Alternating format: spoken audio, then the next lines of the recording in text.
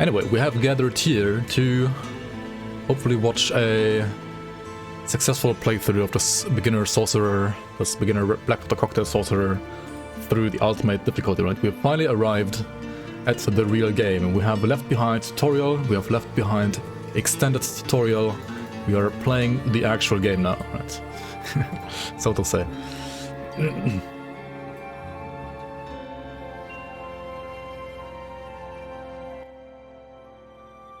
At least you can walk again now. Nice, nice. This build should be up to date there. Very nice, very nice. Still, yeah, I mean, as long as you're trying, that's all people can ask from you, right? Or like all you can ask from yourself as well. Alright, so, I mean, ultimate means back to Devil's Crossing, right? Back to Devil's Crossing. We're gonna do a full campaign playthrough through all acts, including like some additional bosses that we haven't done in normal here in Ultimate, because, well, Ultimate does have some additional bosses that normal Elite do not have. Like, for example, the infamous Lokar Celestial Secret Boss, which has a chance to drop the best leveling set in the game. And as a first character, ultimately that should be like your primary goal, I feel like building your account in a way so that you get all the like leveling gear set. Be it the experience potions from the Mammoth Resistance faction, be it the Lokar set from Lokar, be it the merits that allow you to skip difficulties. All of that stuff, ideally you wanna like achieve on your first character. When you're like new to the game, you wanna like build your account, or whenever you're like playing a season, and you wanna like build your account for that season as well.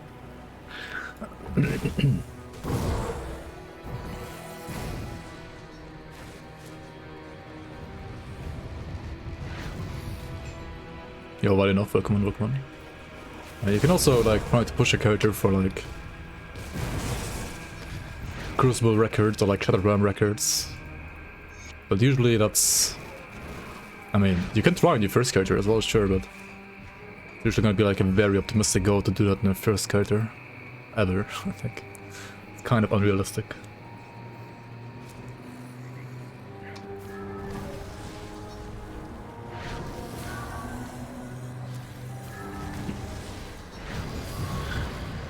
How are you doing, buddy?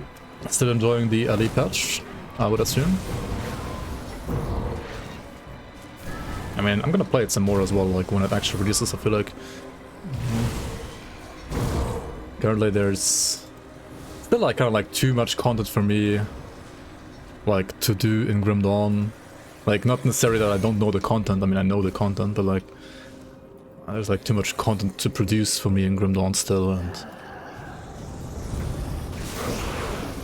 on one hand maybe like not enough content in LE besides the multiplayer part for me to be like super motivated to play it some more, at least right now. And there are some like some slight annoying bugs right now with the multiplayer patch that will be fixed, I'm very sure about that, but currently they're a bit annoying. At least for me personally. Yeah, that's good to hear.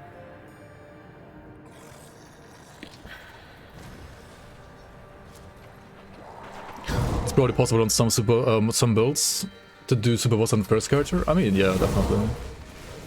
I mean, Lokar should be able to do should be able to be done on pretty much like any build, right? And then Drogon, pretty much the same. Lokar clones anyway. Create Kala and Ravager. I mean, Kala and Ravager, I feel like it depends a lot on like player skill, I feel like. I mean, sure, there's some builds that can just like face tank them like super easily, but usually those builds like require like proper min-maxing and also require you to like play a specific, or like one of the like classes that can basically like face tank those, or like one of the things, like one exact build that like can face tank those. Otherwise though, you can technically always like just kite them around perfectly, right? Kala and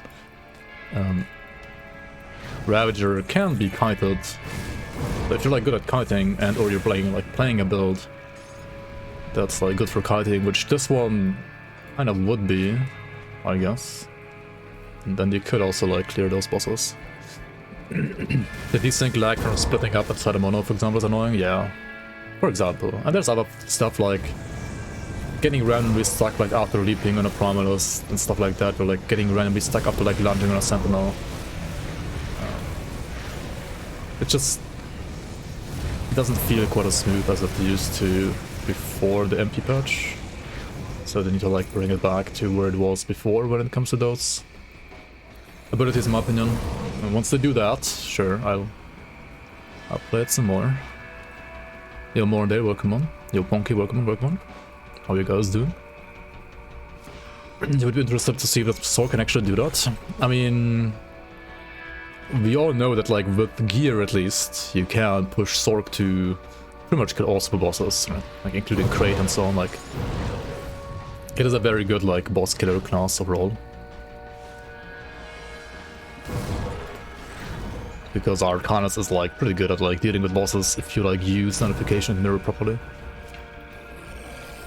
I'm not sure though if I will like invest that much time into this character. I will, as always, definitely like push him all the way to Lokar. I mean, definitely, but further than that, we'll see about that. I'm not sure if I'm like motivated enough to do that. Especially when I can just like tell people to like, you know, look at this other build I made. It's also a sorcerer, which can just kill all bosses anyway.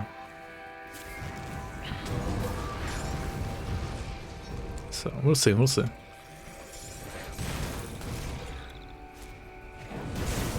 Being SSF is the problem, yeah. I mean, time constraints for me personally are also a problem. Like, there's other stuff I would also like to do, like speedrunning, or maybe even like gore stacking. Like, it seems more fun to me right now than like pushing this character past Lokar at least.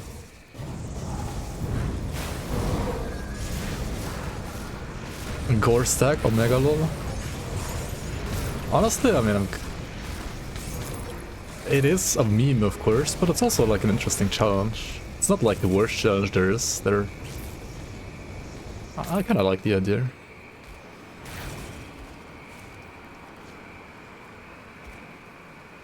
Blast Shield as well, yeah, true. Like, notification mirror, but also Blast Shield was very good for bosses.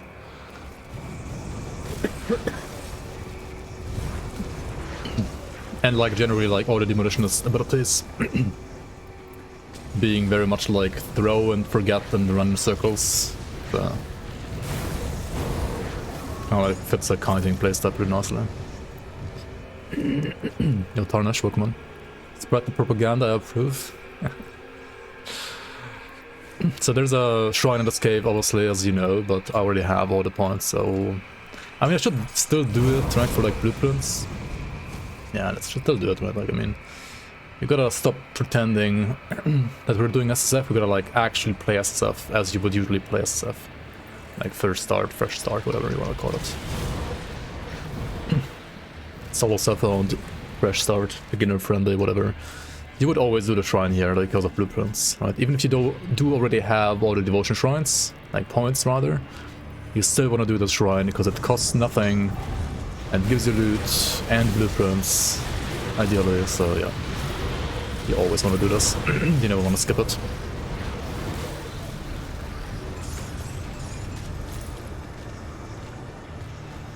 Yeah, Gore Stack is a special challenge, just basically like get to 100, ultimate only, single mastery.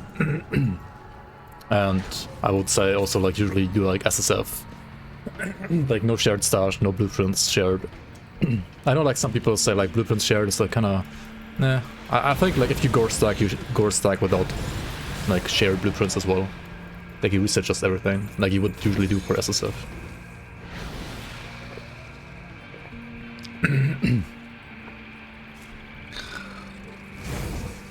Yo Naomi, welcome on. Yeah, if you do it properly, exactly. Like if you do it, like reset your blueprints as well. Like just make like a new folder, like a new save folder. Anyway, I have two guys that are banned, right? From... or like, not banned, but like one guy is banned, the other one... basically can't chat here either.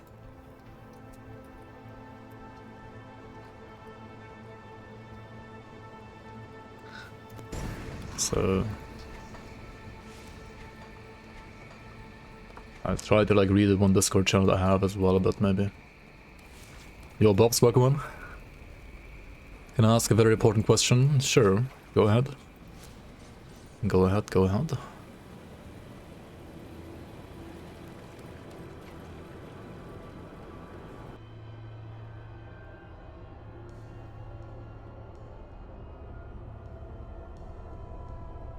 How do I do this? Yo, Phil's welcome on. Glad you enjoy this content as well.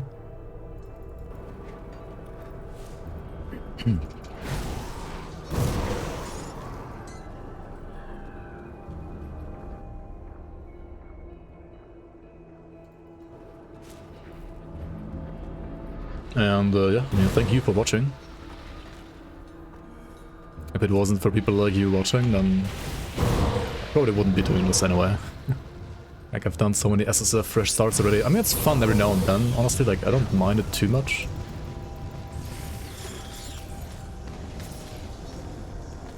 And it is like a good foundation to like make more guides. I just need to like get my butt cheeks together and finally like I mean, no, that's not how you say it. Get my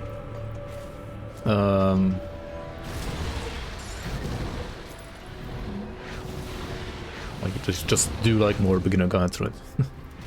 Like I have a couple of like SSF playthroughs that don't have like a proper like sub like 1 hour or like ideally like sub 30 minutes guide. I should do more of those. Because there's like... I mean, I know like tons of people like enjoy the Promise, for example, like the Promise Strike Druid guide. But there's like so many other builds that are just as fun, in my opinion, and maybe not quite as flashy. I mean, this one is kind of like, if you like fire instead of lightning, then I guess this is similarly flashy in a way as well. Maybe.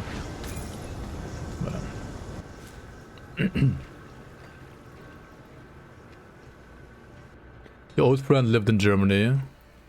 He said that using torrents in Germany is forbidden. If you use it, the police will call you after half an hour. You should ask Naomi. Naomi is an expert on that stuff.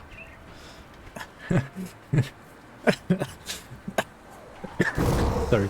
Naomi is an expert with torrents. Like torrenting.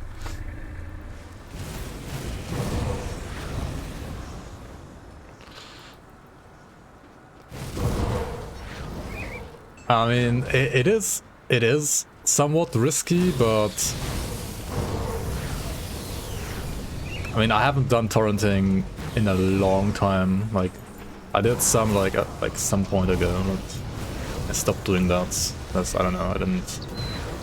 I didn't feel like needing to do that, and there is a risk, even though it's not as big of a risk as your friend makes it, like appears it to be. Like, makes it appear, rather. Makes it seem, I don't know. But there is a risk, yeah. And that is basically illegal, yeah.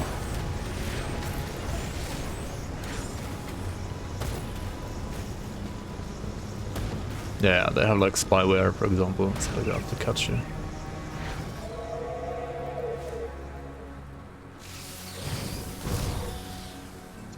Yeah, like when it comes to like fining people for downloading stuff illegally in the internet, Germany is one of the like, how do you say that, like countries that is cracking down the most on like internet criminals. I mean, it is kind of criminal, of course, but there's like worse stuff as well out there, I guess. I mean, there have been like tons of awareness has been spread, like, and there's like slogans like "you wouldn't download a car either" and stuff like that, right? It's like very, very. Like, there's like a typical like TV spot basically about like telling people that like torrenting or like copying CDs and DVDs is like illegal, and one of their like because slogans was always like you wouldn't download or like you wouldn't copy a car either, because like, you know, Germans love their cars and yeah. Stuff like that. So it's true mostly. I mean, the thing is, like, if he does get caught, right, then the police will, like, maybe not show up instantly, but he will at least get like a strongly worded letter that basically tells him to like pay some fine. If he doesn't pay a fine, he will get like actual problems. But if you don't get caught, then of course you're not getting caught, right?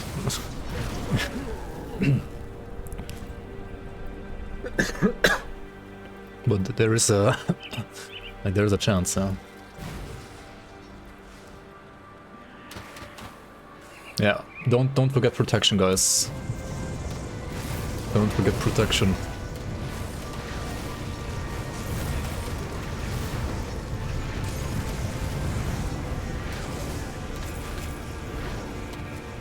Don't do it unprotected.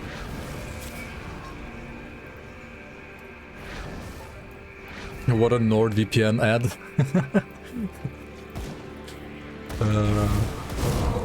Nah, I would say I don't know which VPN is good actually, I have no idea.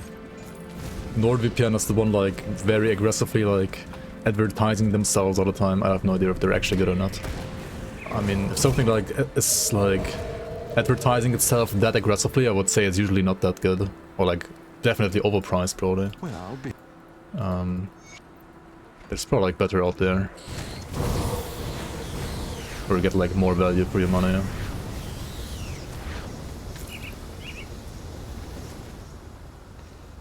Even if you get caught, just get a lawyer, he will get you out. I mean, yeah, Naomi is literally speaking from experience here.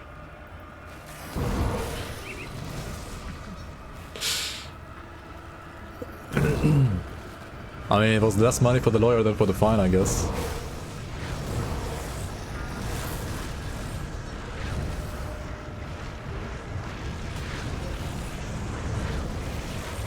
In your region, all sites are mostly banned and don't work without VPN anyway. Yeah, I mean, the thing is, I feel like most Germans don't use a VPN, so they're not like used to this concept of like using a VPN. Probably can remove this again, right? Just for the Ember guards to like make my Cornado like actually deal damage to them. Dude, fucking fire damage has like no problem with nothing except freaking Ember guards, because Ember guards have like the most ridiculous resistances in the entire game. Like, even with all your RR that you have, which is usually like enough for all content, freaking like Act 1 Ember Guard, Giga Chad Ember Guard, like, it's so ridiculous. Yo, one with style, welcome on, welcome on. Thank you so much for the raid. Much appreciated. Yo, Panzer Water, welcome on. Oh yeah, the alerts seem to work again, by the way. At least the raid alert worked. That's Pog. That's nice.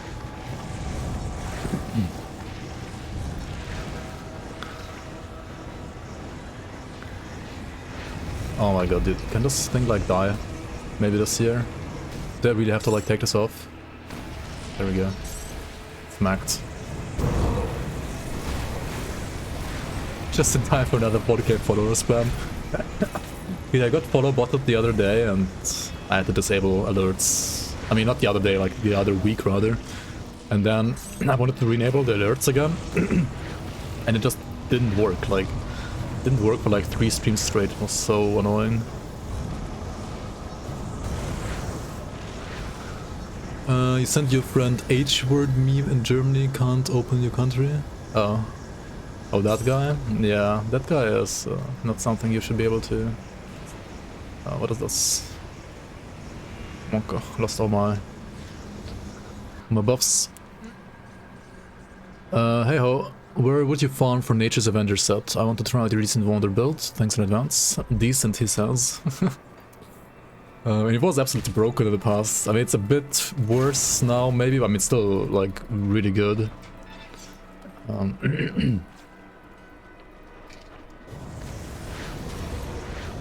HR, and that's more like A dot H dot, I guess.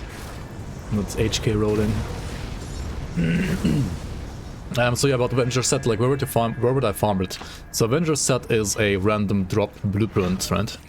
So where you usually want to farm it is ideally in a place like High Shattered Realms, right? Or Crucible. That would be technically the most efficient. However, for those, like, for that content to be like actually good for farming, you need to be able to basically do like 150 to 170 on Gladiator difficulty, or Shattered Realm 65 to 66, or even higher, right? And if your character can't do that, then it's probably more efficient to just like farm totems in the campaign, and or to like farm the like skeleton key dungeons, right?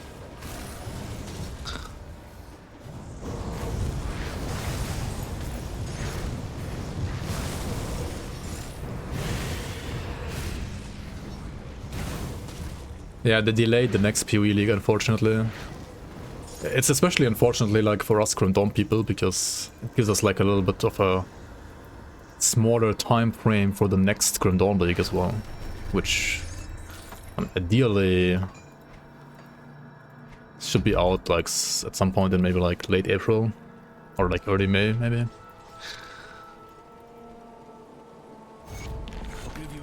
To like fit in nicely between like PoE League and the Diablo 4 release, right? This league is so boring. Really? I don't know, I kind of like this league. But maybe I liked it because I'm like basically a PoE noob.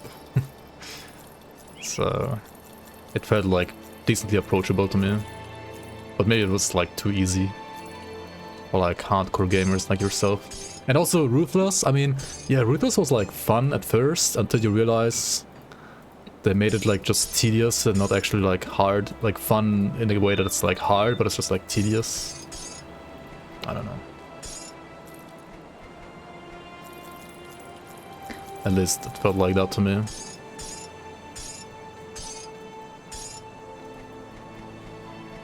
Easy Ice Crash Inquisitor. I mean, it was a terrible build. It doesn't have to like do anything with like the league being hard or easy. Ice Crash Inquisitor was just like mega build. Like, what can I say?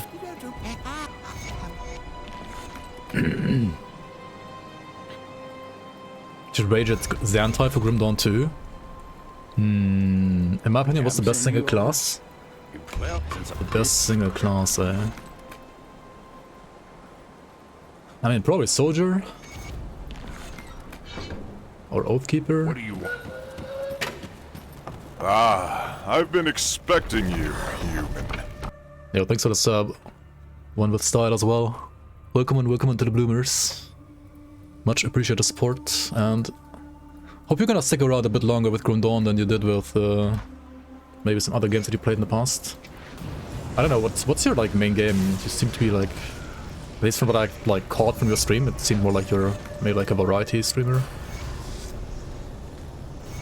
Shaman? Oh yeah, Shaman is pretty strong as well, definitely. But for Shaman to be like giga strong on its own, you need to play pets, I think. And I mean, pets are good in Grim Dawn, like, don't get me wrong, they are definitely good. Oh, I didn't get 3 fabric yet? What the fuck? They are like really good, but just not like my personal favorite. I don't know. I don't like pets that much. But it's more like a me thing. It's not like pets being bad. Just like me not liking them. For like gameplay reasons. More of variety, but been stuck into Grim Dawn for 4 days. Nice, nice, nice. Might be longer, who knows. I mean, if you wanna like dabble into like RPGs, so that's like, in my opinion, I mean, my opinion is obviously very biased. Grim Dawn is the best single-player RPG there is, especially when it comes to like a good mix of like complexity, but also approachability, and also the gameplay not being like too overwhelmingly zoomy like in Path of Exile. I feel like Grim Dawn has a very, very like sweet middle ground between like pretty much all other RPGs, and in my opinion, like for single player, it is amazing. The problem is there is no like multiplayer, there's no like servers, it's not like a live servers thing. I mean, the entire game was made by literally like 10 people, and for like 10 people making this entire game, it is absolutely ridiculously amazing. or was it like 11 or 12, something like that. Like the team is very small, and they've also basically like determined the game to be content complete on patch 1.1.9.0. We are currently on patch 1.1.9.7. So all the like 0.1, 9.1, 9.2 and so on patches have only been balancing. There's like basically like still only one single developer like just working on a bit of like balancing for Grim Dawn. Other than that, the game is basically content complete and finished, and there's no new content coming. However, yeah, I mean, mods are there, and mods do also like, you know, give you some more like gameplay basically. Whether you want a pretty much like vanilla experience with just like more content on top, like for example giving you like more items, a new act and so on. You can check out the seasonal mod right at some point if you want to, which you can also play off season, but of course it's like more fun to play it when the actual season is active. Then you have like this mod that like basically remade the entirety of Diablo 2 inside the Grim Dawn engine, and that's you like play Diablo 2 classes on top of Grim Dawn classes. You have other mods like adding a shit ton of other classes, the classes from Diablo 3 for example, etc, etc, etc. So there's like tons of stuff to check out, like once you're like done with vanilla in quotation marks. But I mean, whenever you're like done with the game, it's always like up to you. Like some people just play vanilla for like thousands of hours and never get bored because there's so many like builds you can make. Other people get bored once they like play through the entirety of the campaign on like all the difficulties once, and like they've beaten all the content once, right? They don't care about like making more characters. They only want to do like one character and like beat all the content on that. So those people like obviously get bored a lot easier in a game like Grim Dawn than say a game like Path of Exile, where there's still like a shit ton of content for you to do in the end game, even after like beating the like. I mean, Grim Dawn does have end game. It's just compared to Path of Exile. I mean, no game has as much end game as Path of Exile. It's just would be like unrealistic to compare the two when it comes to end game.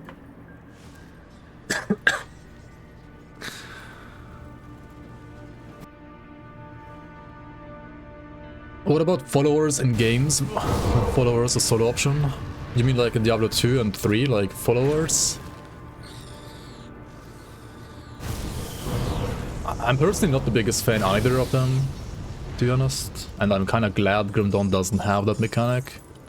I mean, I know some people like it, and I can understand why they like it. I personally just don't like it that much. I'd rather be on my own in this like grim and gritty world and be in control of like whatever I'm doing, rather than like having to on one hand rely or on another hand like take care of some other like follower. And I guess it's the same for pets for me. Like I don't know, I just don't like anything running around besides me that is like a big part of my build usually. I mean, I've played like some pet builds, sure, not like I would never play them, but generally I prefer like builds that don't have pets. Something like totems is in my opinion okay though, because you are in charge of like, totems are kind of like if you throw a cocktail and you create like an AoE here, right? Or if you throw down like a totem or like these guys that then like shoot stuff around them, it's still like you are in control, like you're basically like telling where the AoE or like where the damage should happen, right? Whereas if you have a pet, like the pet's gonna like do its own thing with its AI, right? And that's kind of annoying because most of the time the AI in ARPGs isn't the best. I would dare to say that Grim Dawn's pet AI is actually pretty darn good though for an ARPG, but like if you compare it to like RTS games and so on, it's nah. Like having played like StarCraft as well before, it's just, I don't know. Just feels like terrible AI compared to like RTS games at least. Yo Mag Pro, welcome on. Which was my favorite overhaul mod? Nidir Mar, Dawn of Masteries, Reign of Terror, Grammarian? I would say my personal favorite was probably Ninja Mar. Well, okay, here's why. First of all, I'm not like a super big like Diablo 2 fanboy, right? If you have like Diablo 2 nostalgia because you played like Diablo 2 a lot in the day, right, back in the day, then I can understand your favorite mod being like Reign of Terror, for example, right? And it is amazing. But like, I've never really like played Diablo 2 in the past. My very first RPG was actually Diablo 3. of which I got bored of kind of quickly though. And how do you say that? I mean, I could still like appreciate like Reign of Terror mod. It's still like amazing, and it's like tons of work that's been like put into that mod. It's a good one. But for me, like personally, Nidjarmar was a bit more interesting because Nidjarmar is just like its own world, right? It doesn't have anything that like tries to resemble or tries to replicate. So it has full creative freedom, and the guy who made the mod did some pretty crazy stuff like in the dungeons. Like there are tons of like ideas. Some of them are a bit wonky, some of them like wouldn't work well in the actual game, but it just like shows you like what is possible with the engine, like what kind of like different ideas you can have. Like for example, this like basically chess game that you had in the one dungeon, where like depending on like which tile you moved on, different events and like different monsters spawn and stuff like that. It's kind of cool, and like there are some other ideas there as well that I think were just like very like unique. The god events were pretty nice as well. Yeah, it's very like innovative. That's pretty nice. And yeah, the creator of Nidjarmar, the creator of that mod, is actually also our map creator for the Grim Dawn seasons. So if you like the Nidjarmar maps, then you might also like the maps from the season. I mean, some of the maps I've made myself. I think 1 or 2 were made by Stan, but pretty much all others were made by Van Hawk, like the guy who made Nidjarmar as well. And he has like just tons of experience like with map creation. Obviously, like in the Grim Dawn seasons, like us trying to, you know, rather like pretend the seasons to be more like of an expansion of the base game and not like in a total like overhaul or like not its own game. He has to be like a bit more conservative with like his map like creation skills in the mod, I mean in the season, compared to like the Nidjarmar mod, but it's still like pretty nice. Yeah, Grim Dawn doesn't have immunities like the other two. I mean, I say that, and I just like fought the like Ember Guards earlier, right, which have like 200% fire resistance. It's not technically immune, and you can use like resistance reduction to like reduce their resistances. But yeah, they do have resistances, and sometimes you will feel heavy resistances on enemies. But it's usually like, it's not really like a thing like in Diablo 2. Like you don't have to like spec into something else. It's just like sometimes slight annoyance, or like sometimes, sure, like this build is gonna be a bit slower against that enemy and like faster against the other one, but it's never gonna be like, okay, you're stuck here, we have to respec. Like it's never like that. Do you guys use pre-existing Grim Dawn assets and textures to make your maps, or do you make other assets? Thanks for the sub as well. Expecting you. Thanks for water. Welcome on to the Bloomers. So primarily we're reusing assets, but changing textures. Because texture change is a lot easier than like creating new assets completely. Because texture change is literally just like exporting the texture, like basically you have the game files extracted, right? Then you export the texture file, and then it's like a TGA file that you could just like load up into GIMP, for example, or like Photoshop, whatever you prefer to use, right? And then you can like mess around with the texture like there. So recoloring textures, for example, is, I mean, it's still work, of course, but it's like way easier compared to making new models or like changing existing models, because unfortunately Grim Dawn models basically require you to use 3ds Max, and 3ds Max is not the most, how do I put it, it's not like the cheapest program to use. It is rather expensive, so unless you like have it because of your work or your studies, then it's kind of like impossible to like make new models. However, there's one guy in the modding community that does tons of importing of models, and it is also, without 3ds Max, it is also possible to, for example, import models from, say, Titan Quest, because Grim Dawn is technically built, like the Grim Dawn engine is built on top of the Titan Quest engine. I don't know if you like remember Titan Quest, the slightly older ARPG made by THQ Nordic at some point, I think.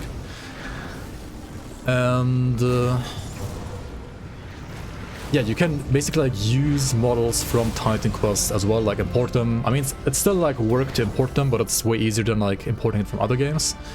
But then you also have the problem that like, well, depending on like from which expansion from Titan Quest those models are, they are just like worse than Grim Dawn models, right? They're like outdated, they have like lower poly count and so on and so on. The same devs too. So the story behind Crate, the makers of Grim Dawn, is that the former lead designer of Titan Quest, Arthur Bruno, right? He basically, after THQ basically like decided that Titan Quest is not gonna have any more expansions at that point, he basically bought the right to use the license to the Titan Quest engine and used that to basically like found his own company, which is great, and to work on like Grim Dawn. And then he had like a bunch of other programmers who also like joined him from the former Titan Quest team, some others from other games. So yeah, like the lead designer from the old Titan Quest is the founder of Crate, and some other people from like THQ that were working on Titan Quest are in that team as well. Not all of them, and some of the team are like from other projects in the past. For example, Zantai, the guy that everybody might know from the forums. He was primarily actually a StarCraft 2 modder before getting the job at Crate. He was like doing a... I'm not sure what it was exactly called, but it was like a decently popular mod actually in StarCraft 2 apparently. Yeah. So yeah, I would say that the team generally has the most expertise with like ARPGs, but also RTS games. Also the founder, like Arthur Bruno, right, the guy who made Titan Quest, or like the lead designer behind Titan Quest, was working on, I think, Empire Earth before that. So like an RTS game. Yeah. You were a Warcraft 3 modder, why am I not working on Grim Dawn? Well, I mean, if you show them their work, like your work, maybe... I mean, also like modding is always like... You can call yourself modders when you like change one value in a DBR file, right? And...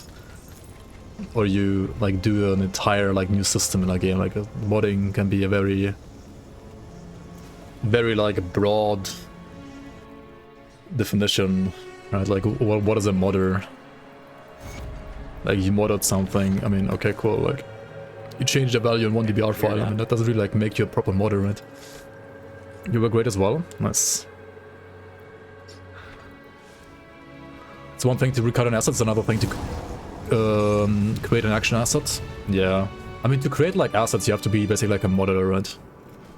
Not every modder has to be like good with modeling as well, of course, in my opinion. Like, for example, yeah, like for the seasons, for example, we don't really like do new models, but we have, like, we do scripting, for example, like we do code some scripts for like some events and so on, like have that happen in the game. We design like new items. We have to like try to fit them like within the proper balance of the game and so on. Because honestly, Grim Dawn balance is very delicate. Like compared to games like Path of Exile, which honestly is also not the worst at balance. But compared to Path of Exile, or especially games like, I don't know, Diablo 3 or early access games like Last Epoch, or even also like the old Diablo 2, which is in my opinion like unbalanced AF. Grim Dawn has flawless balance. Like it's not actually flawless, of course, but like compared to those other games, like Grim Dawn balance is actually like ridiculously good. You made maps for Counter-Strike Source for a while. You're up to climbing Megafur? Yo, sorry for being bad at reading today. But yeah, have fun climbing Megafur, I'll catch you later. In Diablo 2 you had to straight up run past packs, you hate it? Yeah, it sucks, man. I don't know, I feel like, I mean, Diablo 2 was like great like 20 years ago, like don't get me wrong. But it's just like, so many concepts in this game are just like outdated nowadays. I mean, they did many things right, but also like many things... maybe not like terrible, but like other games that came out of Diablo 2 just like made those systems better, right? Yo, welcome, Noseling. How you doing, Noseling?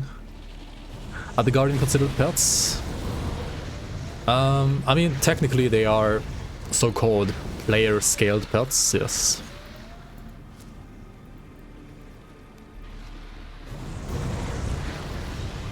Yeah, like the balance in Diablo 2 is just like, if you wanna like farm effectively, right, you either run a Sorc or you need an Enigma, right? So it's kinda... It just seems so one-dimensional to me, I don't know.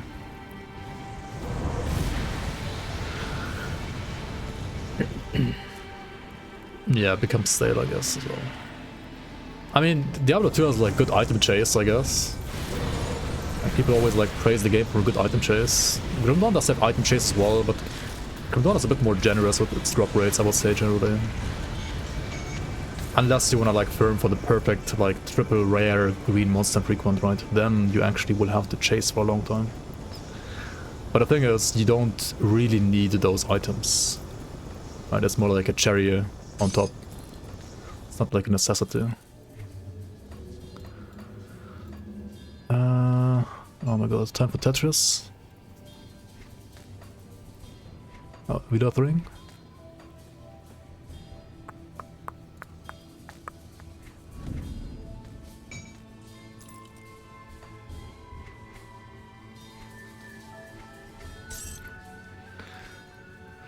Why am I doing this?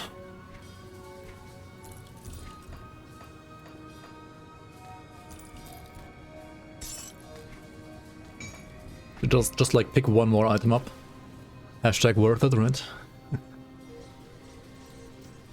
Such as Project Diablo 2, yeah. I mean, lots of people have like started playing Diablo 2 again because of D2R, and I mean D2R is... It looks visually amazing in my opinion. Like they did a very good job with them, like with remaking the game. I mean, the game was remade by Vicarious Visions, and I don't know if you have or have not played like the remakes, the other remakes of Vicarious Visions that they made before. So when I heard that Diablo 2 is going to be remade by Vicarious Visions, I was like, okay, it's actually going to be like a good remake, right? Like, after the Warcraft 3 disaster, like lots of people were skeptical. But when I heard Vicarious Visions was working on it, I was like, okay, I mean, it's going to be good, for sure.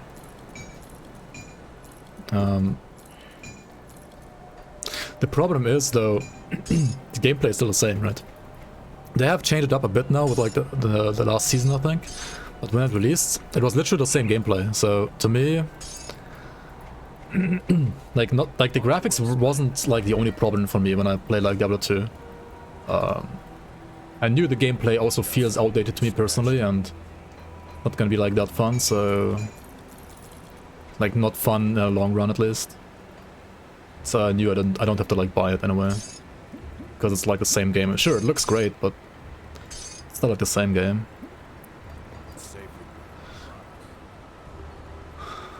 Yeah, I agree with you, Lazius. I mean, pretty much what you're saying is the same as I'm saying. Like it's still has the same like old balance issues, which they're maybe like trying to fix now with patches. Still has the same like maybe like. You're back. Maybe like not super one-dimensional gameplay, but it's more one-dimensional than a game like Dawn of Papa Vexa, that's for sure.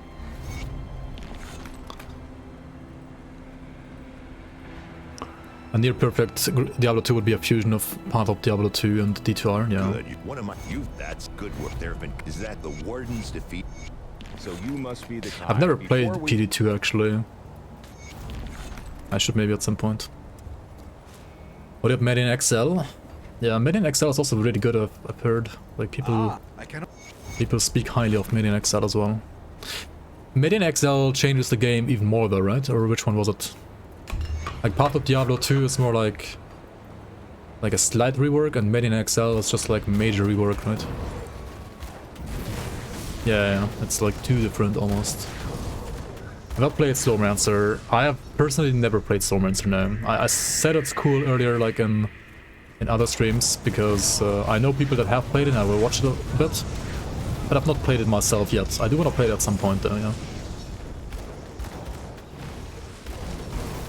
Yeah, PD2, like Project Diablo 2 is what people are saying, Naomi. That's like the one that they would consider like what Diablo 2 should kind of, like D2R should have kind of been.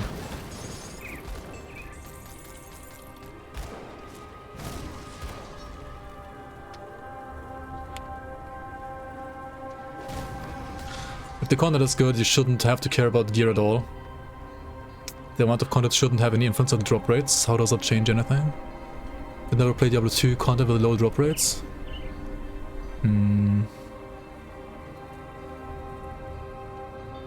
don't like low drop rates? You wanna play with a friend but you cannot buy this game right now? Feels bad, man, Love.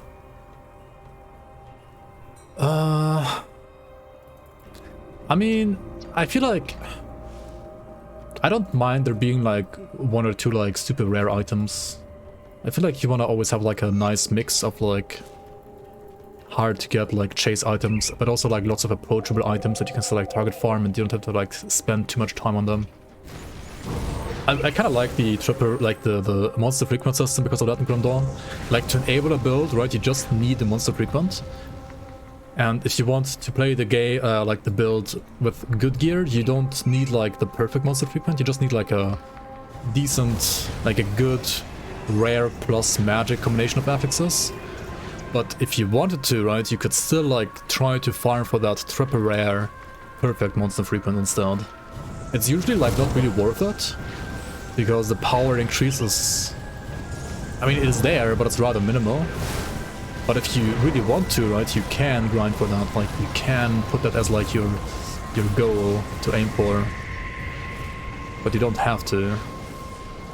I mean, you don't have to because the content that you usually would play in this game doesn't require you to be like that perfectly geared. But I mean, you could always like try to push the Shattered Realm higher, or like you could always like try to push Crucible quicker, right? So if you wanna like go for any records, then you do need the good gear.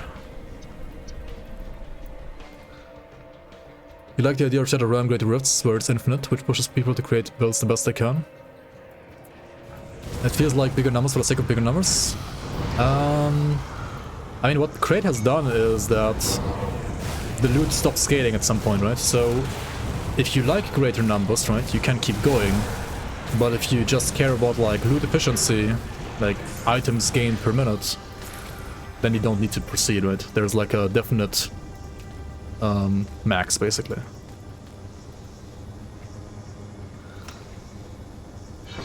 Aren't SR pushers just using GG stash? I mean, some of them are, yeah. Some of them are basically cheating. Like, they're basically like cheating gear to be good at getting gear, which for me is just like such a weird concept, but I mean, they just want to like test out the builds. That's like what they really like only care about. They don't care about anything in the game apart from like testing out like min-max builds. But if you know that like those people are just like cheating their gear, then it's like, yeah, whatever.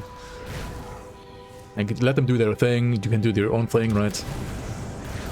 In a seasonal competitive environment, that doesn't work anyway.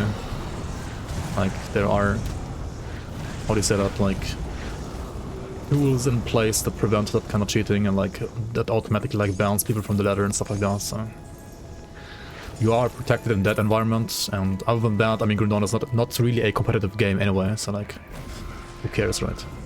For the average player, I would say like you run Shattered Realm, right, to get to the best like loot per minute efficiency, right, if you want to like just farm loot.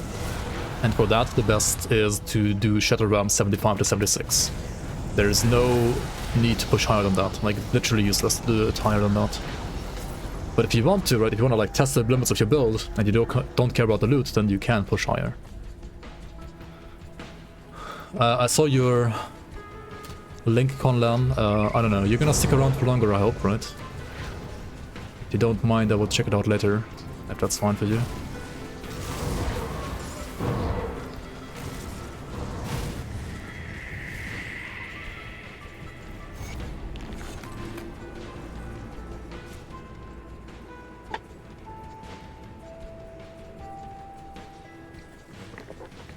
I think some games can have the chasing loot as their main appeal. Yeah, I like Grim Dawn because it's not like the main appeal. There is the appeal of chasing loot, but it's not like the main appeal. I think the main appeal of Grim Dawn is usually just like making more builds, basically. Like, if you're an alcoholic, you're gonna love Grim Dawn, right? If you like making more than one character, Grim Dawn is just like the perfect game for you. Also, like, having a generally, I would say, like, more immersive campaign than... okay, apart from the presentation, like, Diablo is still, like, king when it comes to presentation, right? But apart from presentation, I think like the world of Grim Dawn is actually better and more immersive than the Diablo world. And if you compare it to like, I don't know, Path of Exile, I mean the Path of Exile world isn't bad either, honestly. For some reason I just like Grim Dawn's world like way more, it's more immersive in my opinion. Literally the second you hit 100 and have skill points and devotions max, you reroll. Yeah, usually what I do is like I mean I had 100, right? I push the build to like do all the stuff that a build should usually be able to do, like Shadow Realm, right? Like at least like 65 to 66. I run that. I try to like push as many super bosses as I can. I obviously like finish all the main campaign stuff, and then maybe run Crucible if I feel like running Crucible. I'm not like the biggest Crucible fan. I mean it's not bad, but it gets a bit boring. And that's it, right? And I just like move on to the next character as well. Unless it's like a league environment, like if it's a league environment, then you obviously want to like push your build a bit further depending on like the league objectives. But there are, for example, like 6 additional Celestia bosses in the leagues, so instead of 6 you have 12. You have double the amount of bosses, and some of them are a little bit harder, so you do need to basically like also farm gear a bit more than outside of the season. Like you need to farm gear for like a certain build that you want to play to beat those bosses, I guess. It's still not like an insane grind, but it's a little bit more like there's just like a bit more incentive to like farm some gear, I guess. Now I am unfortunately dependent on this pierce resistance prefix here, otherwise I would use this one which has like 500 more armor. Huh. Unlucky, I guess.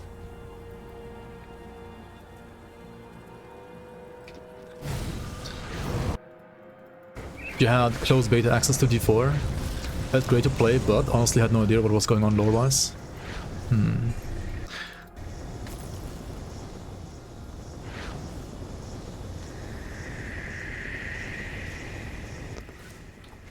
not gonna read your stuff on Discord, Eureka. You can write in this chat as well. Also, I read it 10 minutes too late.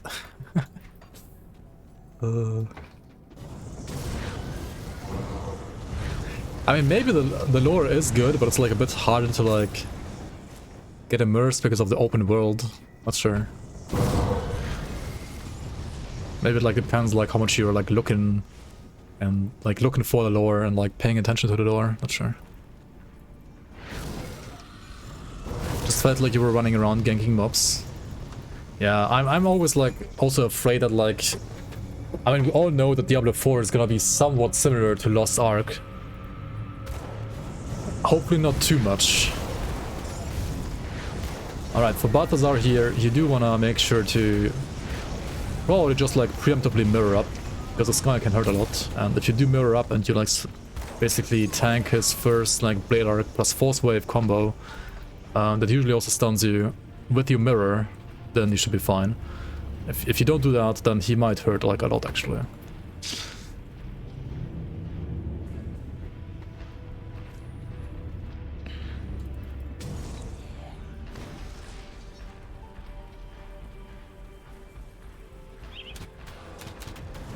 Gonna be too much. I mean, yeah, Diablo 4 is gonna be like a very much like a mix of an MMO and an ARPG. I mean, as long as it's less of an MMO and more of an ARPG than Lost Ark, it's at least gonna be better than Lost Ark. But it can still be like too much MMO for me, of course. Lost Ark lore, just watch Saint 1 YouTube videos explaining LA lore. You honors of fun storytelling? Alright. Imagine if you had to group for endgame. Yeah, I mean, I wouldn't mind that if there's like different ladders, right? Like as long as there's separate ladders for like MP and single player, it's fine to me. But like MP is maybe like quicker, right? As long as there is that, that's fine. But if it's only like one ladder, then I don't know, that kinda sucks.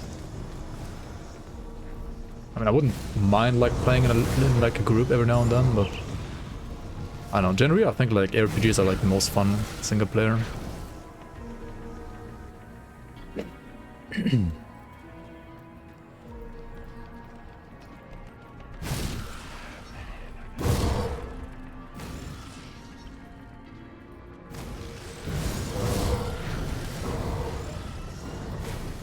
And group play is like fun if you don't care about balance, right? And you just want to like smash mobs usually. Like MP is pretty much always better than a single player because of all the like I mean, you design classes to be playable single player, right? So they usually have like almost all the tools, but then you have like auras and so on like overlapping. So the power creep is just like ridiculous. And usually also ARPGs, they don't want to like punish people for playing multiplayer too much, so they're usually only gonna like increase the HP on monsters, but not so much the damage. I think Grim Dawn actually like increases damage as a little bit as well in multiplayer, but only like a little bit, and HP a bit more. Last Epoch multiplayer balance plus 40% more HP, like heck W, dude. Like, usually you're at least twice as strong in multiplayer than on single player, right? So like usually you would have to at least increase HP by 100%, right? Usually more. Like if you increase it by 100%, then I mean it's still gonna be easier compared to single player, right? Naomi likes no games. I mean, she's just a hater on pretty much anything, that's true, but I mean she likes Grim Dawn. Especially like Grim Dawn 1.0, because like Grim Dawn 1.0 was somewhat magically like more fun for her. I can understand some parts of it, like some item grind parts of 1.0 and like the general difficulty of like normal difficulty being harder back then than now. Other than that, like so much quality of life missing. I don't know, it's kinda it's just outdated.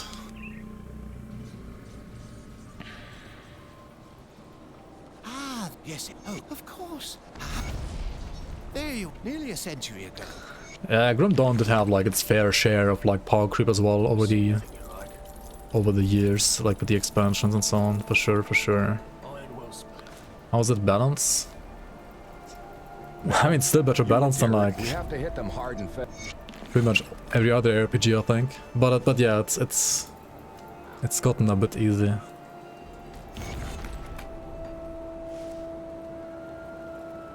It's like Souls players who think Demon Souls is the best game. Yeah, I guess so. I mean, yeah, she also likes Dark Souls 3 more than Elden Ring, for example. So you're not entirely wrong.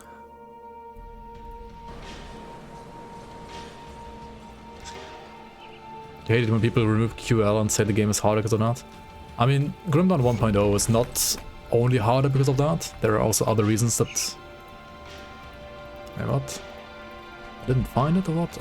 I did find him, right? I just didn't... Oh, he didn't give me his relic because I didn't have the quest. Oh my god, there you go. Oops. Time to get the relic again then. Like, the game is harder. Also, like, not talking about all the QL stuff, right? The game is a bit harder.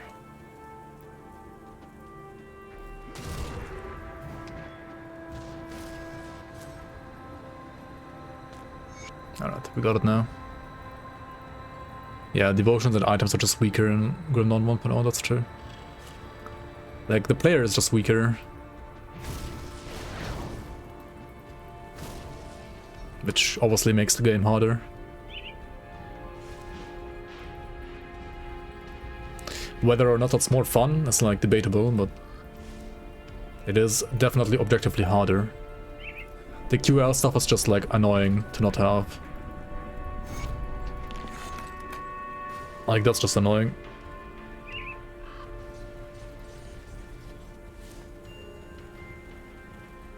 Keep your weapons where I can see them. But also, I mean, back then, like, Grim Dawn didn't have any endgame, right? Like, none at all. So the campaign in Ultimate was literally the endgame. So if you didn't... If that wasn't hard, right, then nothing was.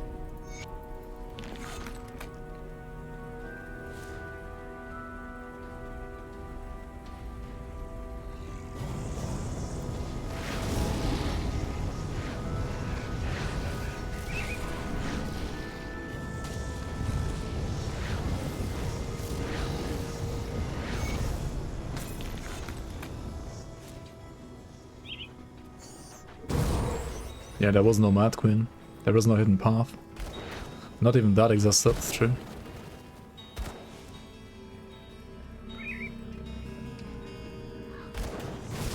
Alright, should we try these, like, these arena bosses here in Ultimate?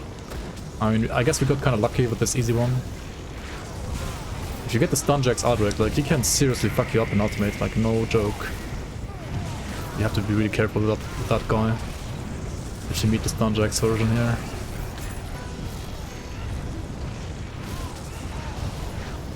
But yeah, as long as you keep your distance, as long as you're not getting like shotgun and stun locked.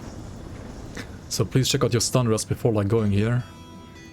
Having low stun rest might very well mean death for your character in hardcore.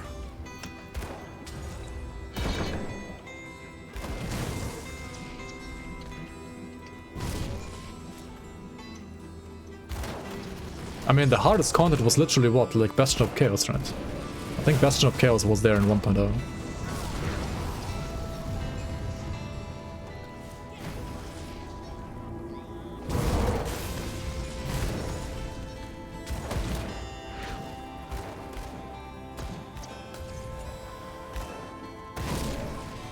Wasn't the hardest bourbon? Oh yeah, Mugjogan was the hardest, I guess, technically. Yeah, Mugjogan was the hardest. Like bourbon clones and Mugjogan, you're right. True. Bourbon clones, Mugjogan, and dungeon was like the hardest was Bastion of Chaos, yeah. Old Grim-Dawn endgame, reach John Bourbon. Yeah, like pre-release, true. Always like at the end of like a new act, whenever they added that, they had like a John Bourbon guy, like a clone of John Bourbon, telling you this is the end of the playable content. This is actually the end of the playable content. This is actually the end of the playable content. Which is why like the clones of John Bourbon secret boss is basically like a homage to that. Grim-Dawn of PoE had a very tight budget, yeah. And I mean, I don't know how big the PoE like budget or like team was at the very start. They have grown a lot, of course, but also PoE has like chosen the route of like going a live service game, which, well, in the long run, it's more risk, I think, to go like live service. But in the long run, like if you are successful, you will obviously like cash out more, and also you will be able to like produce more content because you have more money.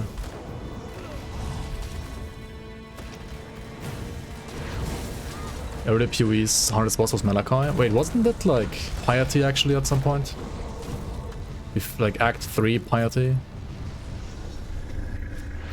Like Act 4 didn't exist at some point even, right? Like Piety was like the boss at some point. It wasn't even Malachi.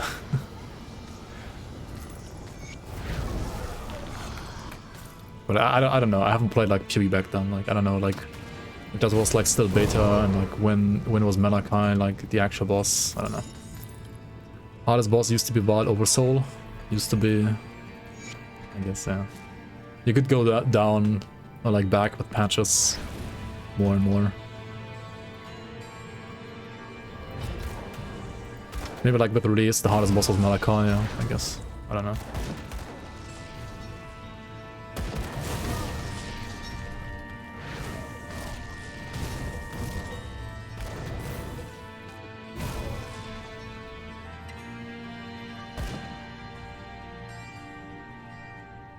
Now these at least have like some resistances as well, right? Like Vitality and Elemental resistances on these. Prismatic and...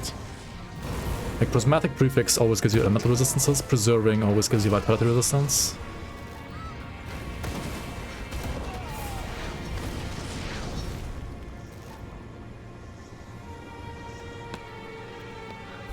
The last time you played PvE is when Malachi released. Wait, what?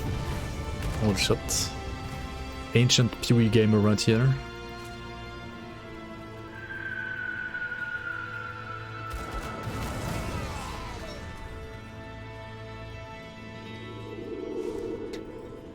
You can get your kit through university while Oversoul spawns. Yeah, that spawn duration is kinda long indeed.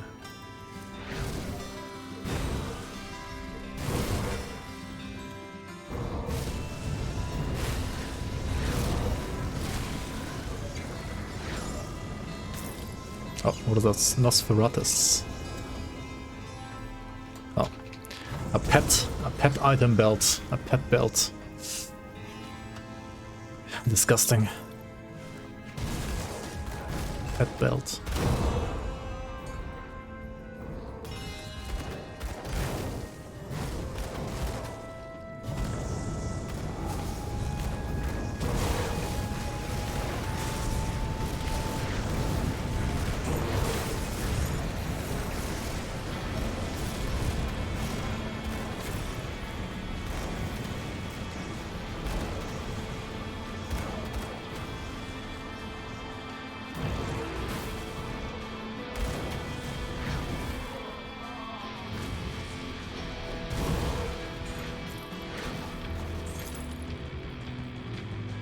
Oh yeah, for the guy asking earlier, this is Torchlight music, yes.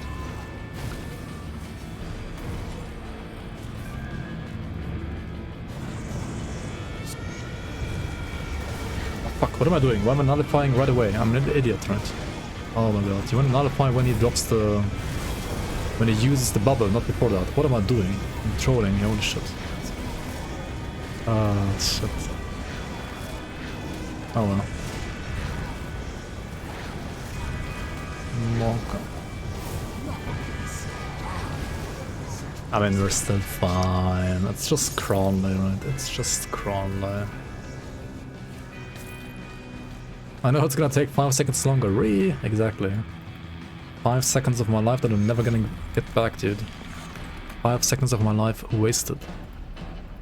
Oh hey, we got Adversary. Adversary is a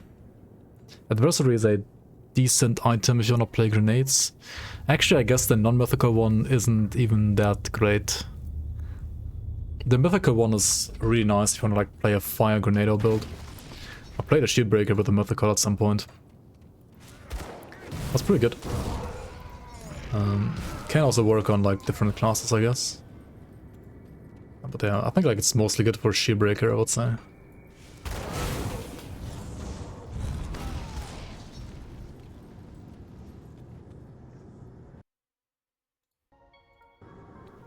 You saw that there will be a season skill tree that and got hyped until you read the bonuses. Just some boring random shit. It's like mostly... They're basically like adding quality of life. Right? They're like adding quality of life as a skill tree.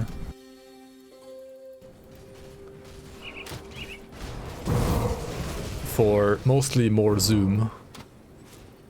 Yeah. Oops. And it's like account bound, like account wide in a way, like it's not like per character.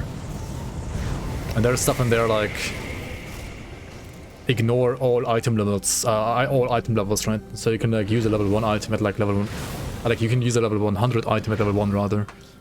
Stuff like that. Or what's the max in Diablo 3, like 70, something like that, or 60, I don't know, even. Something like that, right?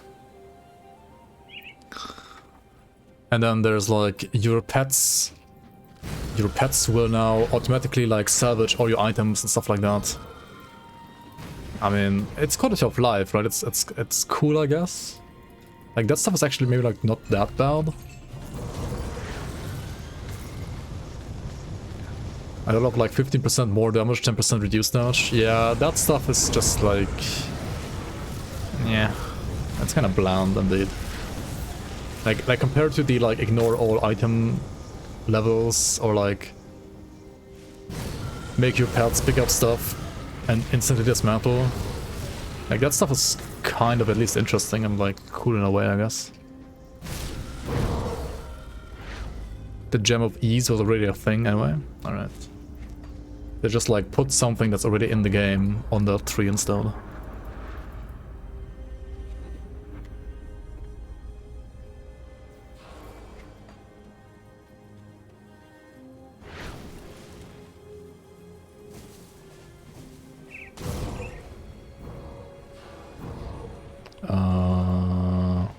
Did I just get scammed? Fuck, I misclicked.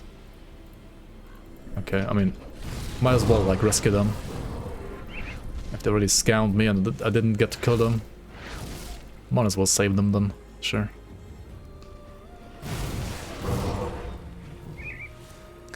Might as well.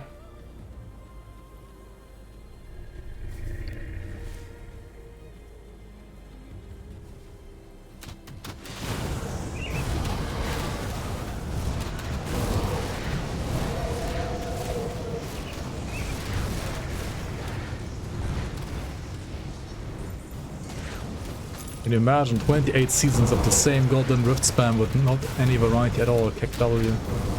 I mean, Diablo 3 has some variety, right? Copium. Like every season, you get to play the new sets that they have either made, but that would actually like require effort, right? So usually it's like the set that they're buffing.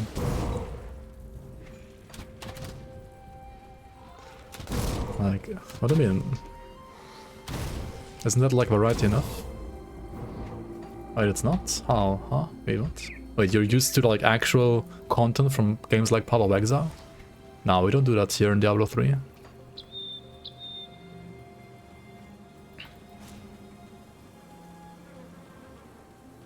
I mean, Diablo 3 is a buy-to-play game, right? There's no, like...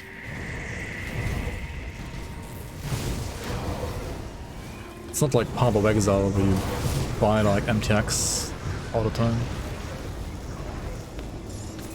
So, financially, you cannot support a game as well using that model. It's the same with Grim Dawn. Imagine Diablo 2 players being shocked after playing the same character, same build for 20 years. Dude, I don't know about Diablo 2 players, like, they're just built different, man. They can play the same build for like 20 years. They're just built different.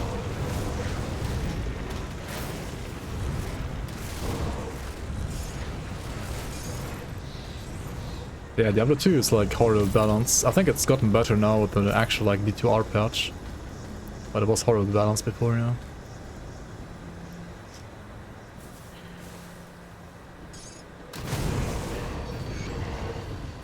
Which for some people was like also like just the charm of the game, right? Like the charm of the game to like only be able to like play certain skills because others are bad.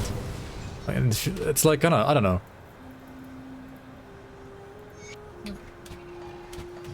It's like people getting this feeling of being like wise or something because they know a certain skill is like terrible and another one is not, and thus like knowing if you play the skill and you play the other one, then you're like quote unquote like good at the game, whereas like a noob got baited by this or that skill. I don't know.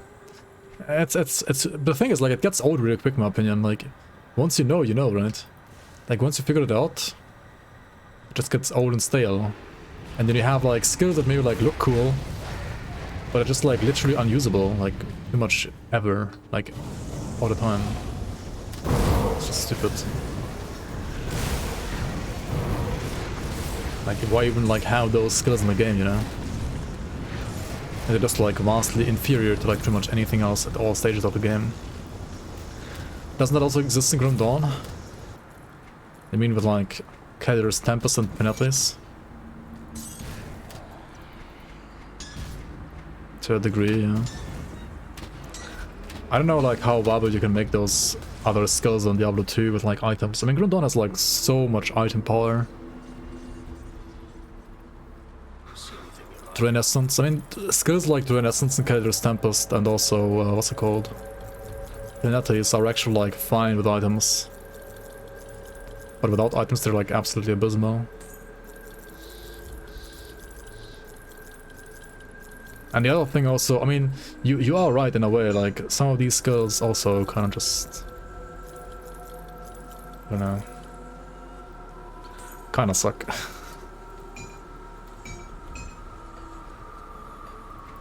But to me, for example, like Kaeler's Tempest, I wouldn't say it's like bad because damage is that bad. Like if you max it out properly and so on, like it's really not that bad. The problem is rather like either it's too small of an AoE and you have to build like too squishy around it, or it like sucks up your energy like too quickly early game.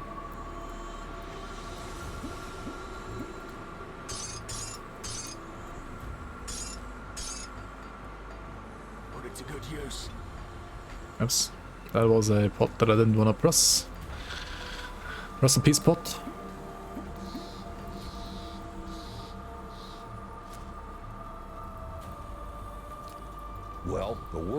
Now that And the thing is, like, sure, a Panetti build or like a CT build and so on might be like slightly worse than like playing a Trozen build, for example, for leveling, but you can still like play them, right to business. at least when you have the items, like the monster frequents, like you can still play them at least.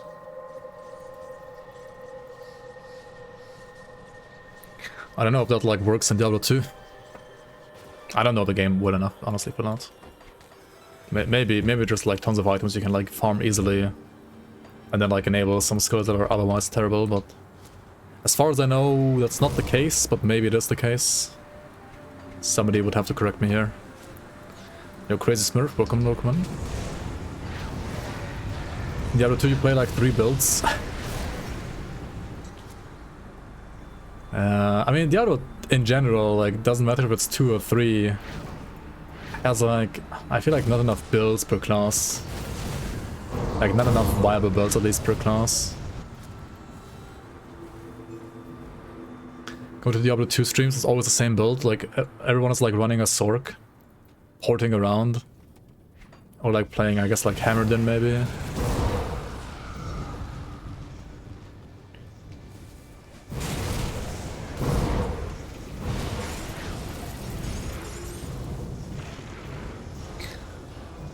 Oh yeah, I mean some items are like ridiculously rare as well in Diablo 2. That's true. Isn't like one of the items like Shaco, for example? Isn't that like the name of like one of those rare items?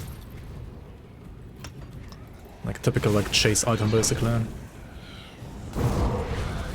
What do you mean there are other builds than Frozen Orb? Imperial's Might? Yeah, maybe. I don't know Diablo 2 that well. I only know like Shaco because it's like being thrown around as a name of an item all the time. Shaco was easy to farm, okay, so it's like probably like one of the easiest to get like chase items, which is probably like why people talk so much about it, because at least people like actually got that item.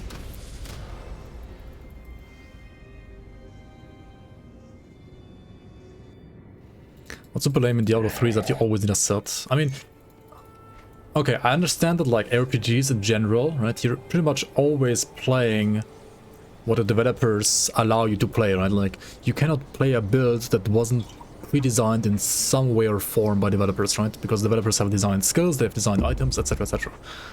But in my opinion, a good ARPG also doesn't let you feel that, right? A good ARPG makes you feel as if you are the one building the build. As if you're the one, like, figuring out the puzzle pieces that go together. But in Diablo 3, it's so ridiculously obvious what you have to do, which is usually like, I don't know, just like do this weekly quest or like this seasonal quest, and then you get your set, and boom, you have the bad set, and then you use that bad set to like farm the good set, and boom, you're done, right?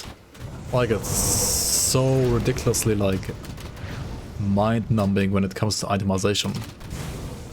The actual gameplay is like fine, but itemization process is it's so bad, like it's hilariously bad.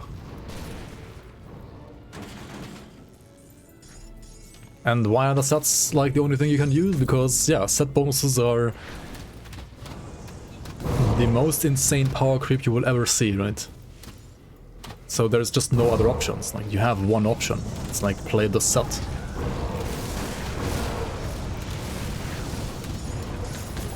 And to be fair, like, to a certain degree, like, set bonus problem, like, that kind of set bonus problem also exists in Grim Dawn, but like, the numbers are at least like not as ridiculous. So there are tons of builds that you can play without sets in Grim Dawn as well.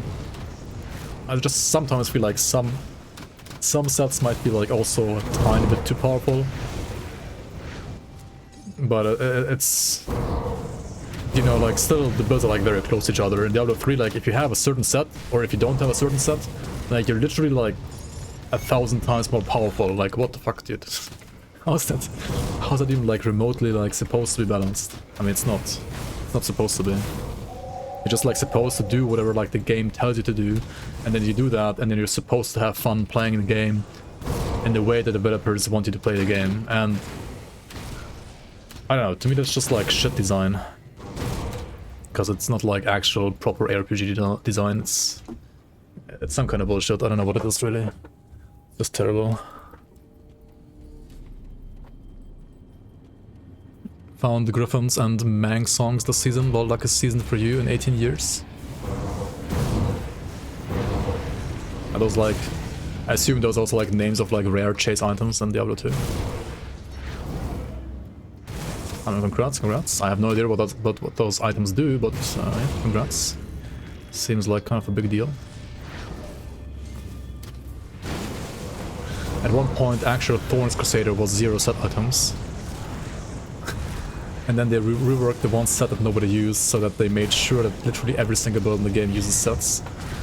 Yeah, sounds amazing.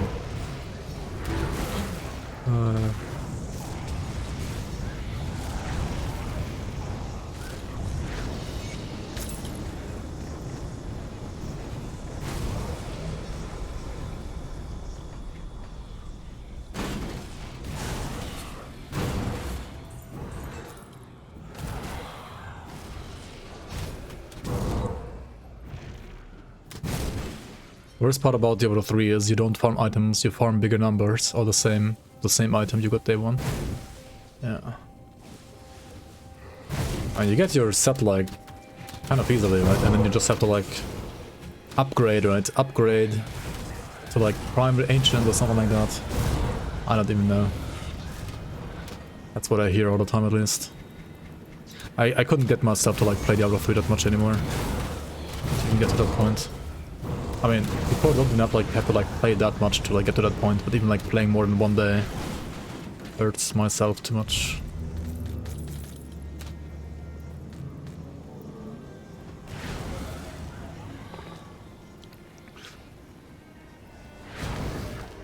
Yo, Ground Zero, welcome on. New patch will also make getting the correct promise easy as fuck.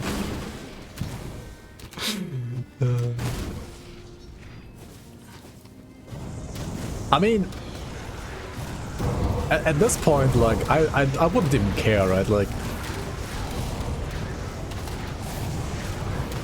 if there's no choice anyway, and it's just like a grind to get the one choice that you have. Good, you're back. 20. Yo, Salad Ring, thanks for the 20 months of support. Welcome back, welcome back. Much appreciated support. Welcome back to the Bloomers.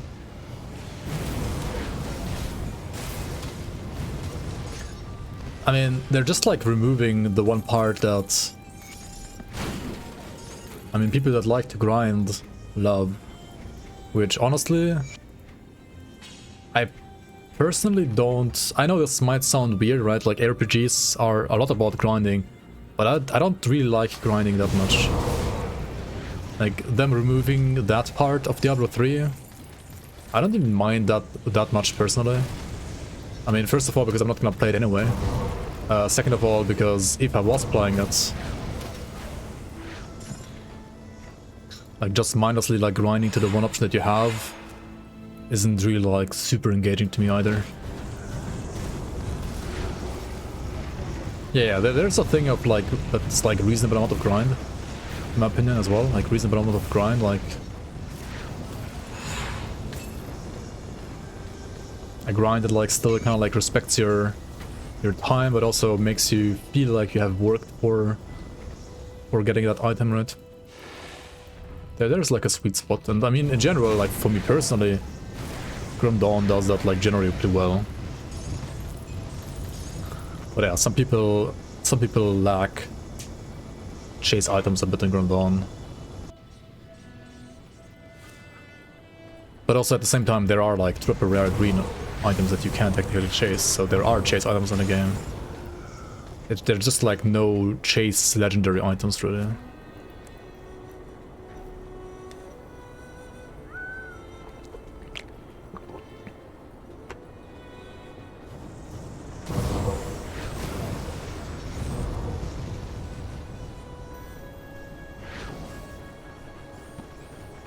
You chase items so much you don't play anymore and don't want to chase anymore personally.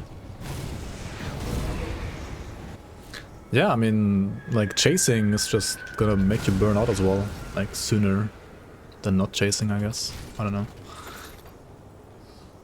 Aren't there boss legendaries? Yes. You can, like, farm something like a Sharzul's Word Eater or like a Alchemos Soulrend or... what's it called? Like, the rings from Alchemos, right? Like, yes, there are, like, items you can farm from bosses, like target from bosses. But they have, like... higher than 1% drop rate, right? So they're not like traditional like chase items that have like 0.001% drop rate, you know? Like actual chase items. Like chase items that you have to like chase for like 3 years or something like that, like in Diablo 2. Like, yeah, Grim Dawn doesn't have that. And I personally like it, that it doesn't exist. Some people miss that. For whatever reason. But yeah, to me, like, Grim Dawn chase items, if you want to call them that, they do exist, but they're like way easier to get. Which is why like some people don't even like call them chase items.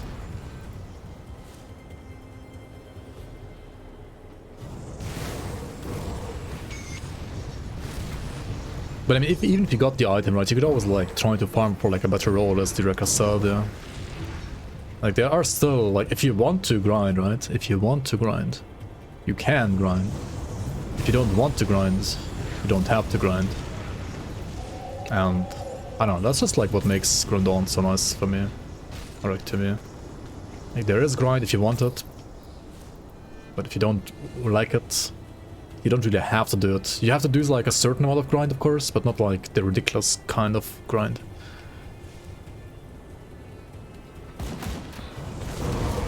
You have fun for like 4 to 5 days in every Diablo 3 season, then you move on to a different game.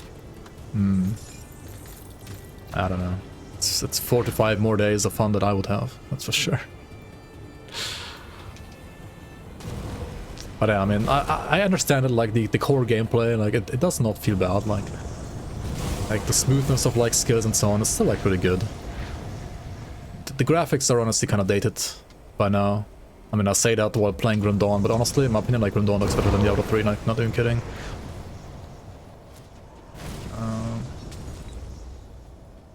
You guys have fun? What?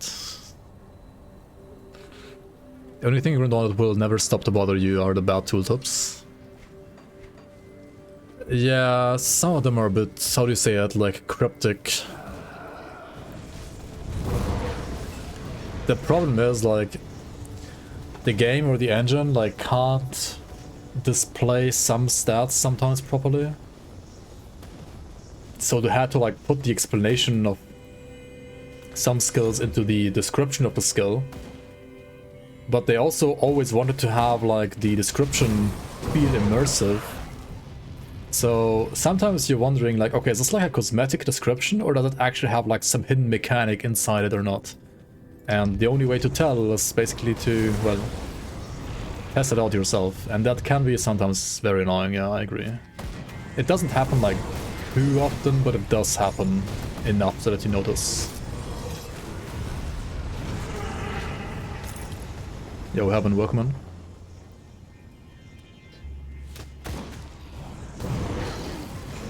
The items to chase in Grim Dawn, Seraphims, Corvin, Sporters of Blaze for your SR 100 plus Retaliation Warlord. Yeah, for example. Upheaval says hi, yeah, upheaval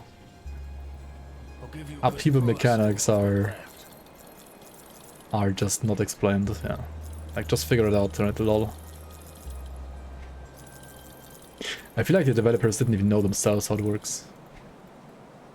At some point, they do now, of course. And they did know at some point, but maybe when they like made the skill, maybe they didn't even know.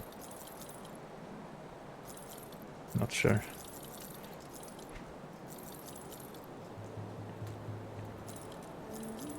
Okay, if I'm just like talking trash and like rushing through Act 1 and 2 and not looking at a single item so far, right? Like, what am I doing? Well, that was 76. I could potentially find some upgrades here and there. The problem is, like, whenever I basically make sure that the character is, like, ultimate ready at the end of Elite, then I'm kind of too lazy to, like, check upgrades until I get, like, some very obvious upgrades. Like, Final March, Mythical, It's pretty decent. The problem is, like, these boots are so darn good. And they also, like, high rolled on, like, stuff like the physical resistance. Like, I don't even want to change them. I want to change my shoulders eventually to, like, the same piece, just, like, high level. However, I have to, like, work with whatever I got here. So, like, aggressive of scorching, preserving of protection, or prismatic of the fox. And the problem with all of those is, like, I will lose pierce resistance, and that's gonna kind of feel bad.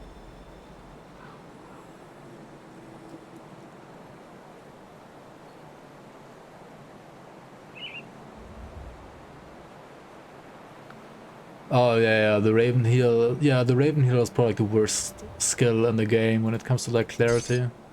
It's so bad. Yeah, you think it's like a channeling skill, or like it just like works like Blood of Dreeg or something like that on your pets or like yourself. But it's like he shoots a projectile, right?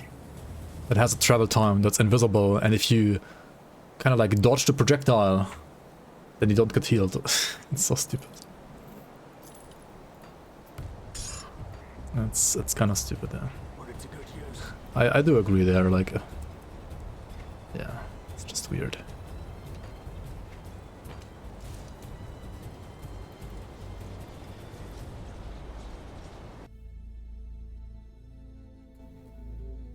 Wait, does the burb also like sometimes not use the heal because he's out of mana? Hey, what?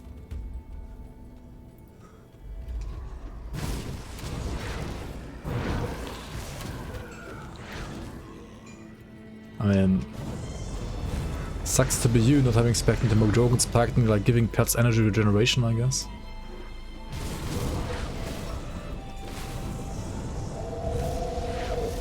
Just be a shaman, lol.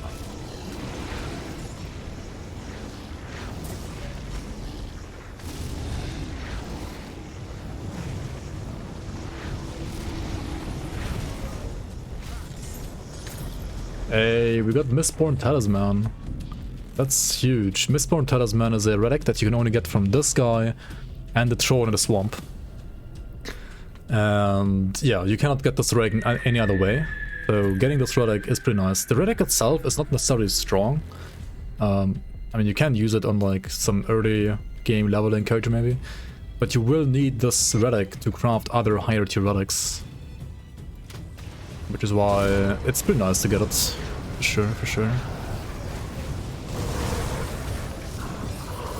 It just goes out of mana, like, just using the lightning strike. What the fuck?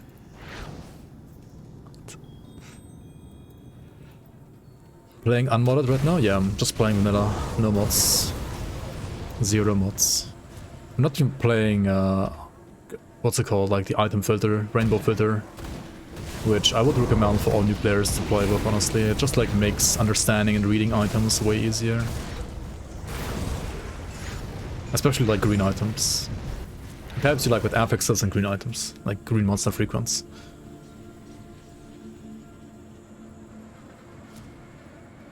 Well, if it... I haven't been in... I came up... I'd have to look into like the actual Raven, like in the file maybe. I mean, Biff also looked at the files, I think. Wasn't he gonna like do a mod as well? What happened to that? Is he still gonna do a mod?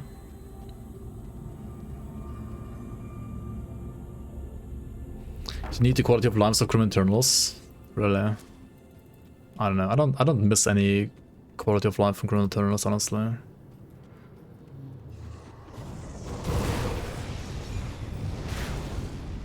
I mean, you have the health bars, you have the component auto pickup in the game already, I know, anyway. I don't know. It's like all I needed from GRIMTOOLS ever. Sure, you could like do auto pickup for greens as well, and stuff like that, but I don't know.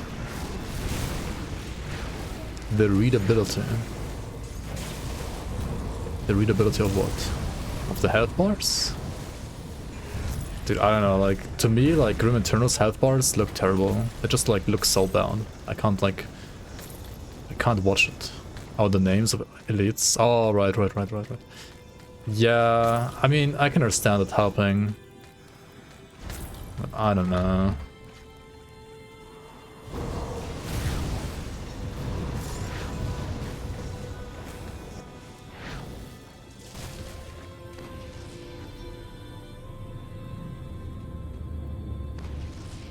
Internal's health bars looked like they were made in MS Paint, yeah. Yeah, the health bars look horrible. The names I can somewhat understand. I think they also look worse than the base ones, but they are like easier to read, I guess, if you want to go for like functionality or like readability over style. Then yes, they are also kinda better, I guess, for that, but I don't know.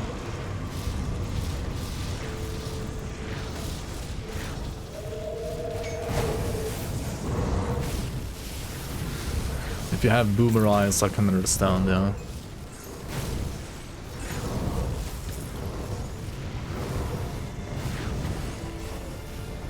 Yeah.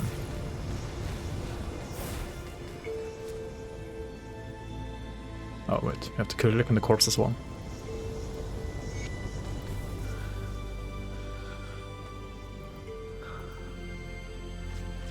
Wolong is basically like Sekiro 2.0, I mean Neo 2.0 with a bit of Sekiro in it. Yeah, when you guys said like it's gonna be open world maybe, like Elden Ring, then I was like super hyped. If it's the same like mission-based style, then... I mean, the gameplay is still cool and all, but... Yeah, I mean mission-based doesn't quite feel as immersive and cool as like open world.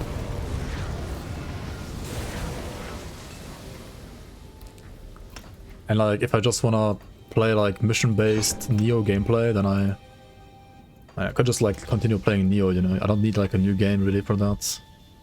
Unless you've like finished Neo 1 and 2 already like completely and you wanna get more of the same, then sure.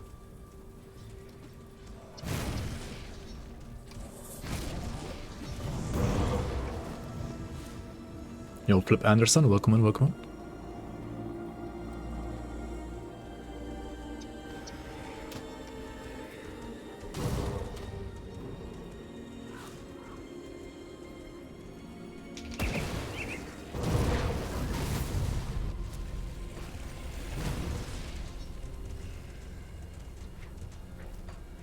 Yeah, I guess also for like pet health bars, Grim Internals can be more helpful.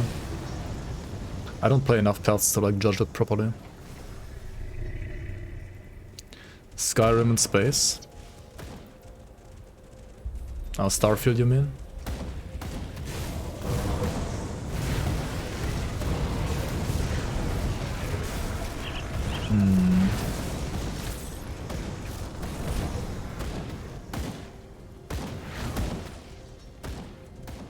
Do they have like a release date?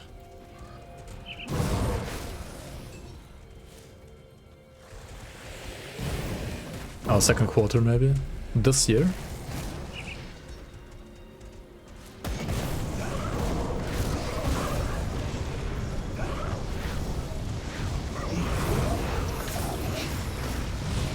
You're a PoE player, so I think visual clarity is overrated. Understandable, yeah. I mean, if there's a game that's horrible with visual clarity, it's Path of Exile. Like, that game is just... Like, visual clarity? What is that?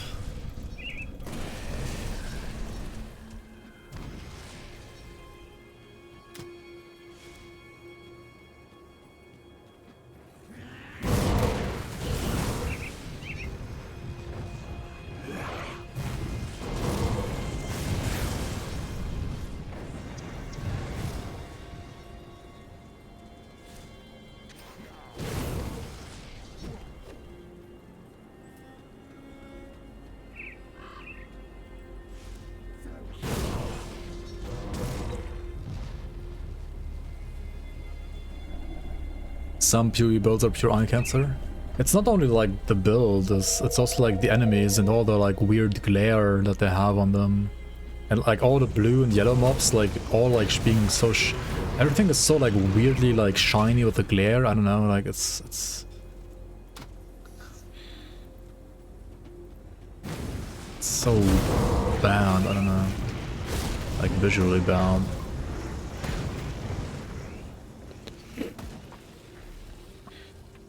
You want PoE content in Wolf's Engine with Torchlight 2 balance.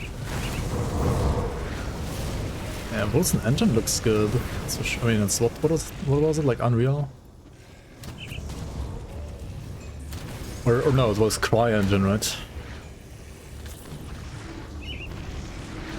I think it was CryEngine.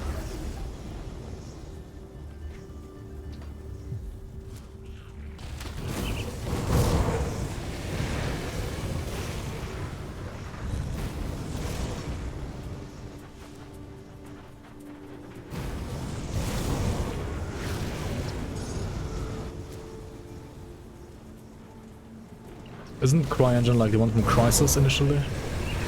The Crysis engine? Or am I mixing up stuff here?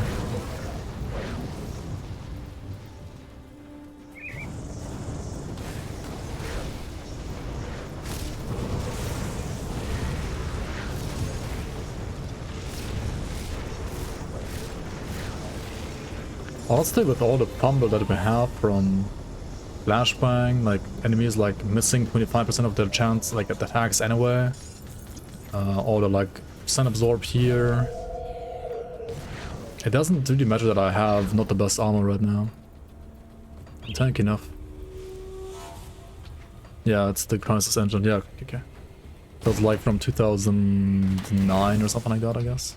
I mean, it's for an engine, it's not like super old. It's definitely like fine. And I mean, back in the day, like I remember when like Crysis came out, like everybody was like, "Holy shit, this is like the best looking game ever."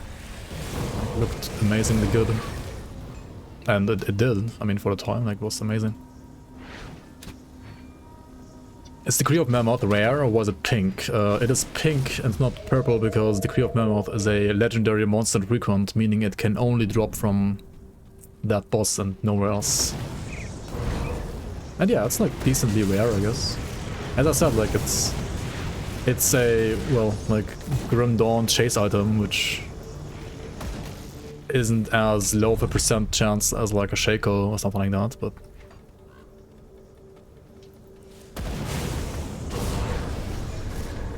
yeah, it's like decently rare. Like you did get like kind of lucky there in the run. But yeah, I think item filter, like the rainbow filter rather, automatically colors like legendary monster frequents as purple instead of, I mean as pink instead of purple, yeah.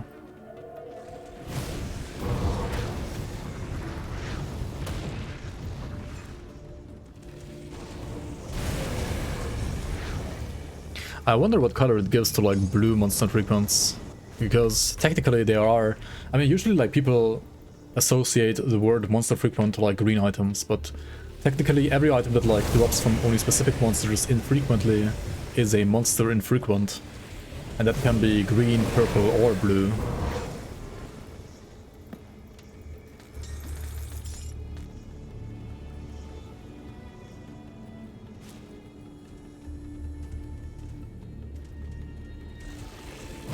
Maybe like Titan Quest setting as well would be your favorite.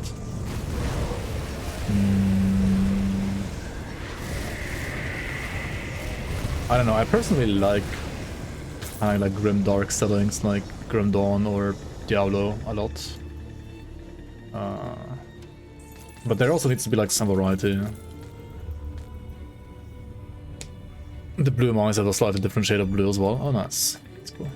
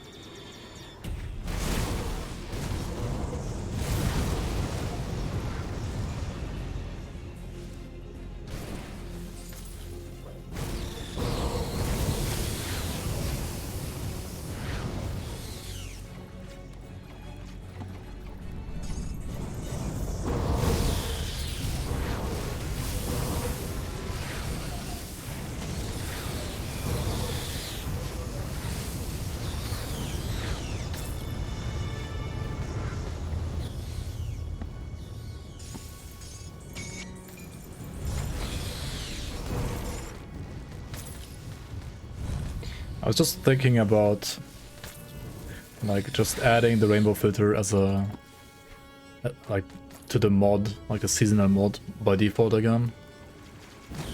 Or like not again, but like adding it to the mod itself so that you don't have to like download the separate file. But I think the problem is that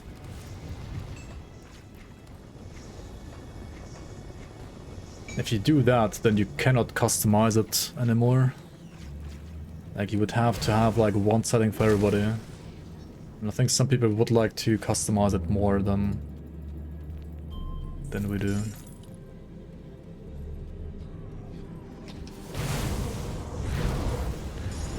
What is it about frequency? Well, the initial idea was to have them like be rare, right? So like they drop infrequently. Nowadays it's more like monster frequent, right? Because some of them have like 50% chance to drop and stuff like that. I'll give you a good price on what I've got left.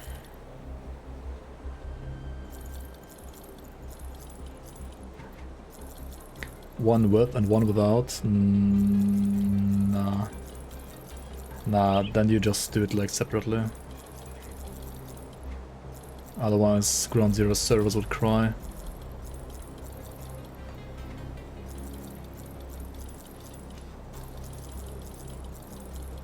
I guess.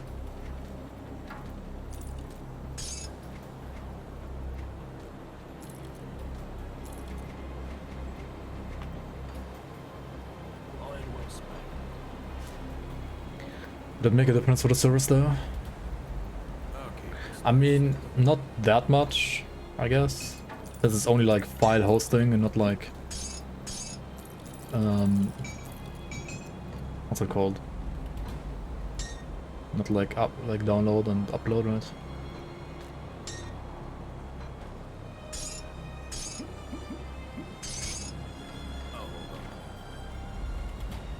Is Rainbow Pillar allowed in the season? Yeah, it's the only thing allowed. Because Rainbow Pillar is just like, well, it just like recolors your items, like who the fuck cares, right? It's not like any balance. It doesn't like change balance anyway. Current file hosting is pretty cheap now, actually. I mean, like, okay, even if you like provide one like link without and one with, right? If you want like automatic updates, you would have to like update both of them all the time. It's just, you either have one file, like one rainbow filter, and that's it, or you don't, in my opinion. You just keep it as it is. Like, keeping it as it is probably just better, because like, if people want to play without, they just play without. If people want to play with, they just download the file, and if people want to like customize it, they can just like customize that file. Because if it's like built into the mod, then you cannot like customize the file anymore. Because it's like basically locked inside the thing, I think. Maybe not, I don't know. Ah, maybe not. Yeah.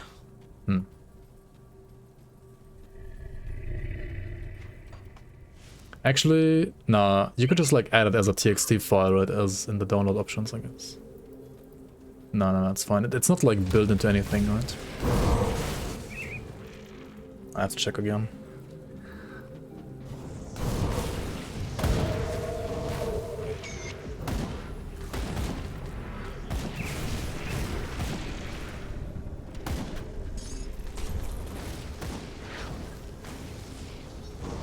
Dude, these freaking Ember guards, or like Ember clan guys, also have pretty high fire rest, by the way. I mean, it makes sense that from the Ember clan, but still, yeah, kind of annoying. It's not like unkillable bad though, like it's not Diablo 2, right? It's still totally fine. Without Rainbow, you can't tell what's rare and what isn't. I mean, yeah, you can still like play, like even last season, like you wouldn't have like the Rainbow filter in the like default download, but you could still like use it, of course.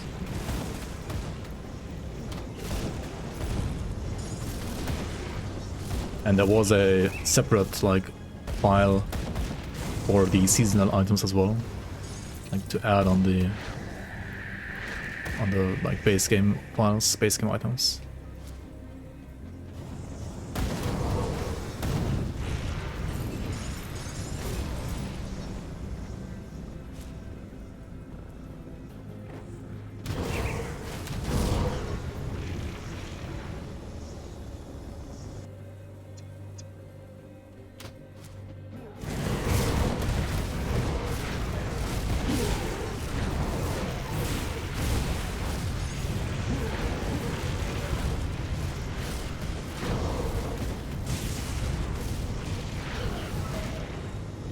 Oh my god, these guys and their fire resistance, what the fuck?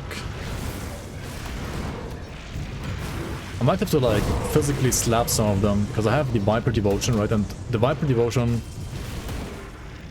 applies resistance reduction, but it only applies resistance reduction via weapon damage. I currently have 0 weapon damage apart from my like, well, my actual weapon. So slapping enemies with my actual weapon might be a necessity every now and then. GG noob. GG noob in chat. Welcome in.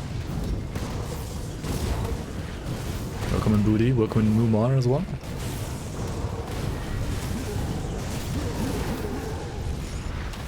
The same challenges? No.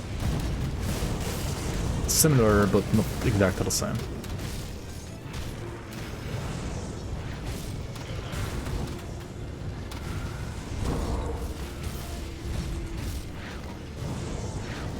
Dude, what is this regen? Did you see that? How much regen does he have? Holy fuck.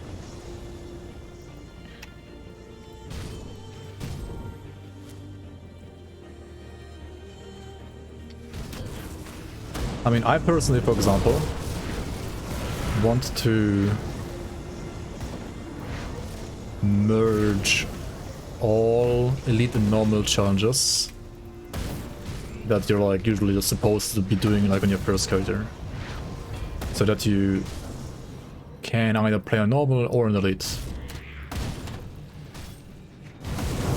so that you can technically run through the game on 2 difficulties only instead of 3 on first character. Obviously you can do that on like second characters anyway with like local set nerds and so on, blah blah, right? But like on first character,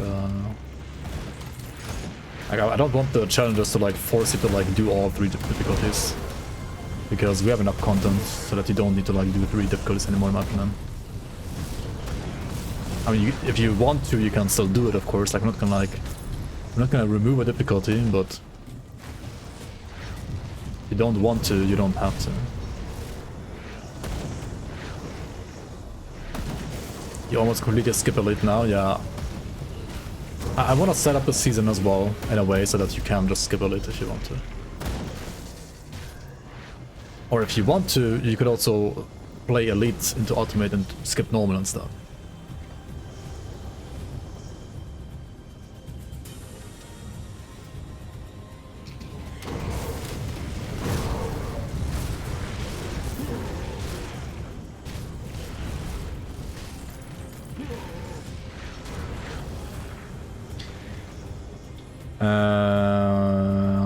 Yeah, I don't know. I don't know. I would personally probably just like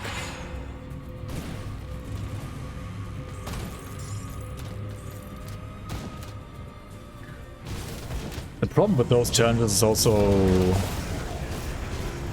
I mean, some of them were like actually hard, right? Like for example, completing a boundless dungeon on normal or something like that, like below X level, or like completing like some of the like actual challenges, you know, they were like actually challenging.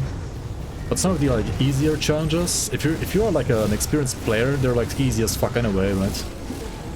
Doesn't matter at which level you do them. But if you were like a new player, you just got cucked by the like level limit, right? So I don't know. If those stick around, I would probably remove the level limit. Like I don't think those need like, I don't know, like even with the level limit, they're too easy for like experienced players.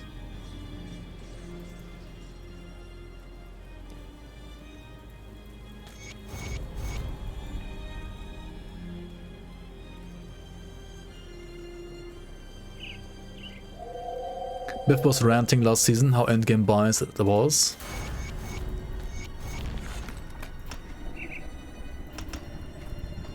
I mean, for tiebreakers, that's not gonna change, I think. Like, for tiebreakers, I don't want, like, Gorstack to be, like, the tiebreaker or some bullshit like that. I think that's, like, way more boring.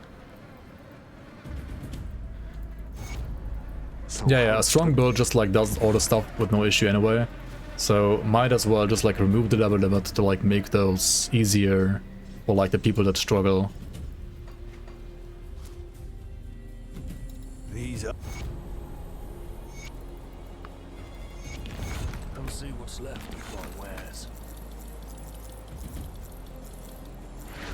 I mean, you can do stuff like, you can easily do challenges like kill Moira on single class, or kill this and that boss with like this and that class combination. Like for example, you get like +1 point for every single class combination with which you kill like a certain boss, for example. I mean, it doesn't have to be Moira, but like a certain one, for example, right? So you could potentially get like 27 points for like doing 27 different classes to kill a certain boss and stuff like that. Right? I'll skip the Legion is split. Or you could have a challenge like kill a certain boss on any solo class. Like basically set it up to be like if character has class X but no second class, or and so on and so on, right? You run like all the stuff. And then you get like a token, and that token, like invisible token of course, like script token, gives you like points, right? And then you call a challenge like defeat XYZ boss on like a single class. Stuff like that. Or like defeat, I don't know, like XYZ boss. Not on a warlord. I don't know, stuff like that. You can't really like I don't think I wanna like force people to play like certain sets and bullshit like that, like Diablo does. Like I hate the idea of set dungeons or like anything like set related or item related, like forcing players to like use a certain item for like challenges. I mean, if you like that yourself, sure, do it. But for like a ladder environment where like people just wanna like play their builds, right? For the most part. It's just, I don't know. It's also kind of why I was, or like I'm still hesitant to actually do a challenge like I just said, like for example, do XYZ boss on like build XYZ, right? Kill time checks. I think those can be kind of done, yeah. Yeah, I would like timers to exist for boundless dungeons, for example. Yeah.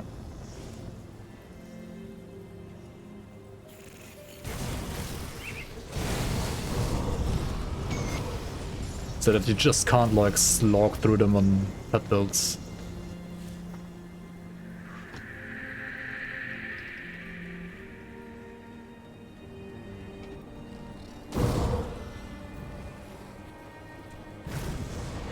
At least like for tiebreaker stuff, right? At least for tiebreaker stuff.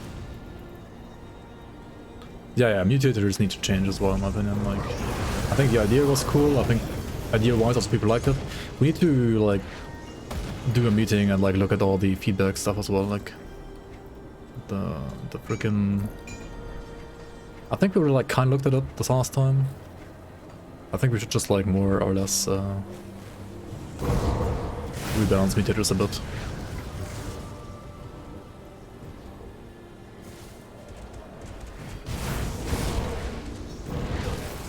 Biff is gonna hate it. I mean, Biff is still only like one guy, right? I mean, I do value his opinion to a certain degree, of course.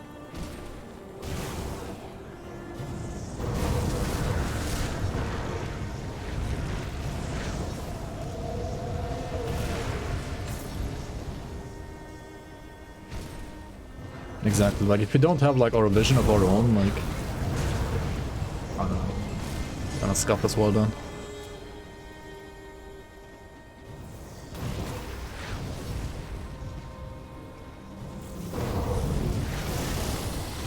I mean, you need a vision, I don't know, I think you do. Like, you need to know where you're going, otherwise...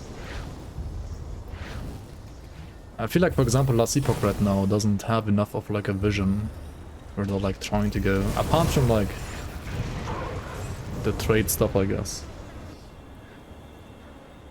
Not the vision. Oh no. The vision aware. I mean, you have to find like always like a middle ground between like what you know players enjoy, what you think is best, like what you think is like the vision as a developer.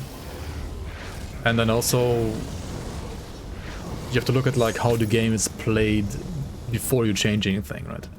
Because there might be some things there that you might want to change according to your vision, but then you're gonna like remove certain, like you're gonna hurt certain playstyles like too much, and then the people like enjoying those playstyles will be like too upset. So if you like nerf that stuff like a bit, it's usually fine, but if you nerf it like too much, then you might end up like pleasing less people than before.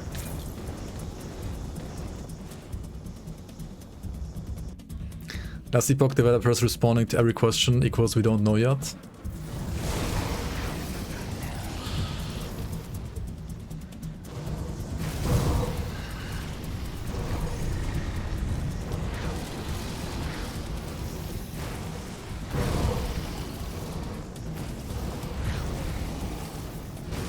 Depressed, fragile, pan, brain slug. That sounds like a fitting clip name, let's see here.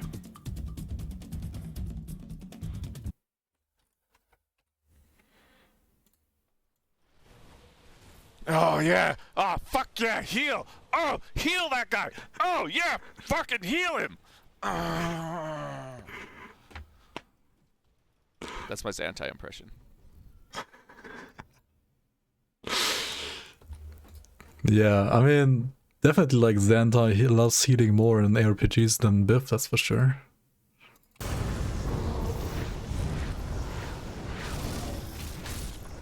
And I'm pretty sure Conlan's reaction would be pretty much the same there. He equally hates healers, I think. He's right though, I knew you would say that. I knew you would say that. Dude, like that kind of mobs even healing, like I'm not even like aware those are healing. Like I don't even realize that, I guess. You don't like healers nor Xantai.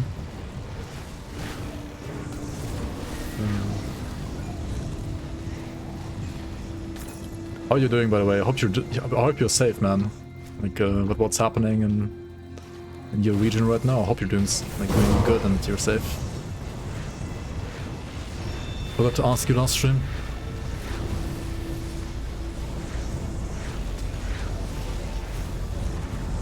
I can't open that. I mean, the mages are like on another level, right? Like those elite mages, those are like a bit more like debatable in my opinion than like some other like random ass healers.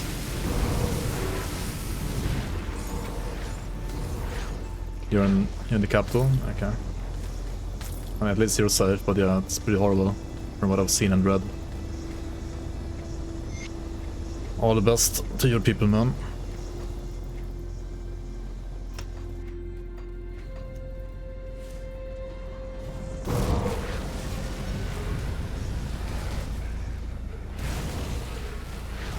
Because of his attitude? Yeah, he's sometimes a little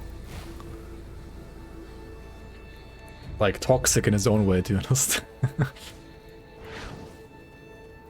A little gnarly, maybe. I don't know how to describe it exactly.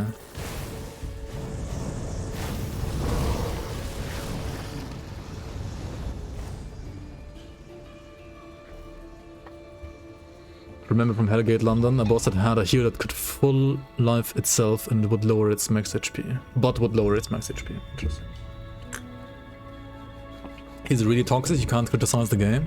I don't think he's like really toxic. Like usually he's only like really toxic to people that are also like really toxic. Like he's not like really toxic to like anyone. If you say like the game is absolute crap shit, dog shit design, then he's gonna be toxic towards you as well. But if you like word it a bit more like sensible, then he's gonna be also like more sensible towards you. But he's very much like, if you hit me in the face, I'm gonna hit you back kind of type. Which is very different to like the elite developers, for example, that are just like, yeah, maybe we'll have to look at that, right? Maybe we'll have to look at that. We don't know yet. Maybe we'll look at that.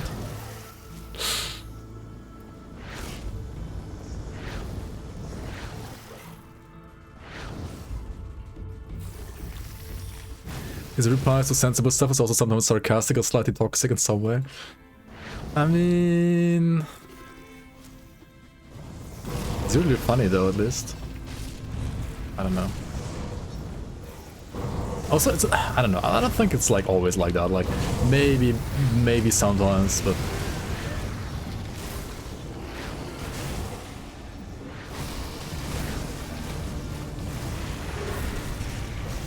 The hidden toxicity and great entertainment, yep. Should have read that website.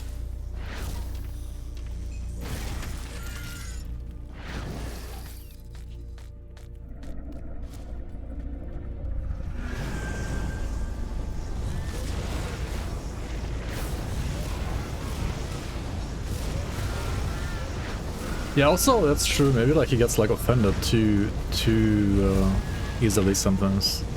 Not sure about that. Toxic StarCraft modder, am I right? Toxic RTS gamer. GG, get good.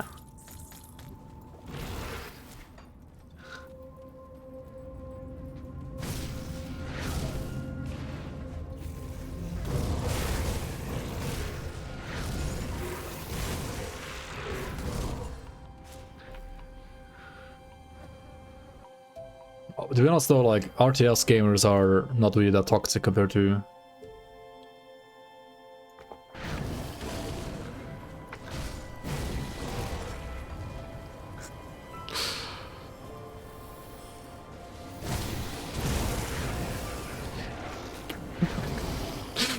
Shit, I just read what the Illuminator said on Discord. Just normal PoE hate train again, I cancel this, I cancel that. Dude, we talked about like PoE uncancelled for like 2 minutes. Come on. It's only 2 minutes. Gotta cater to the haters like at least 2 minutes per day, right?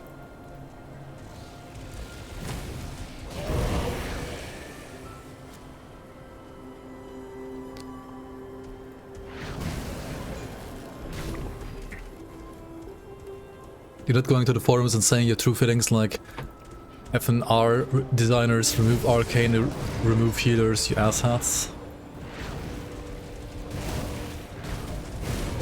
I mean, his response would just be make a mod for it and remove it yourself, right, lol?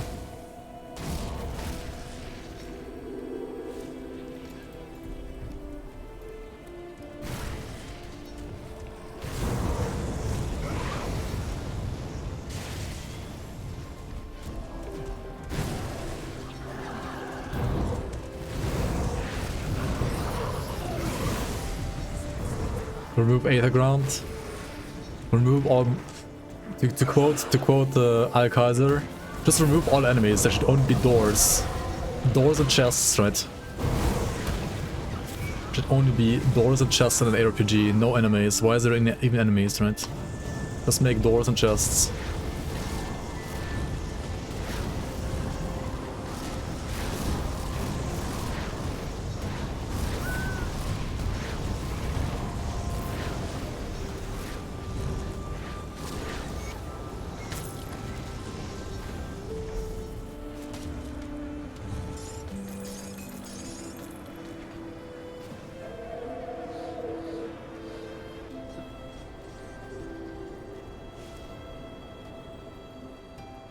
Is it toxic if it's true? Yes.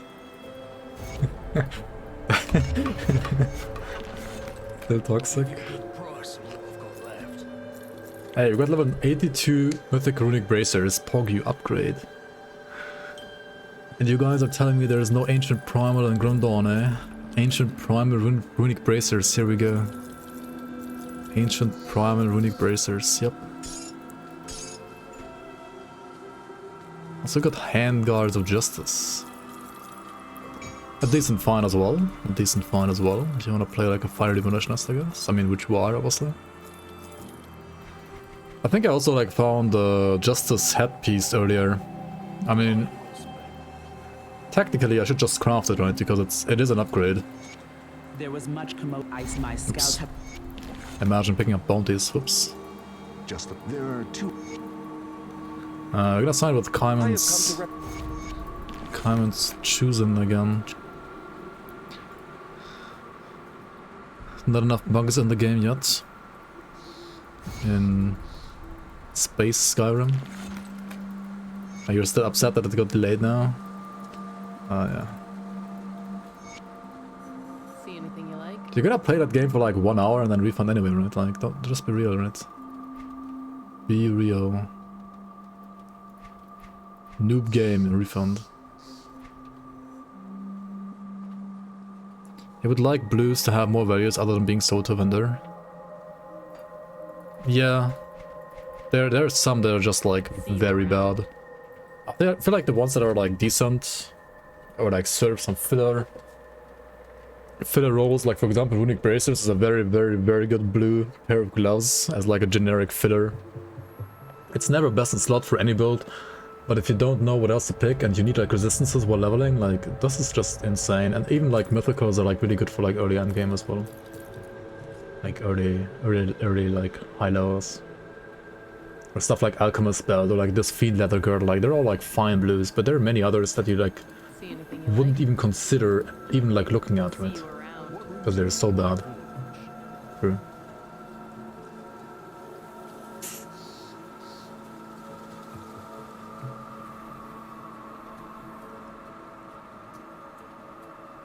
Won't even pick up Star Sector?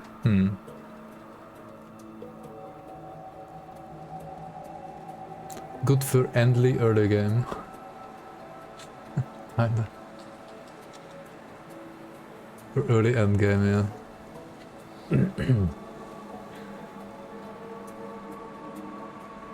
Crafting bases for random drop purple items. Oh, to get a random drop purple item. I had something different in mind for blues. Actually, I had something in mind for blues.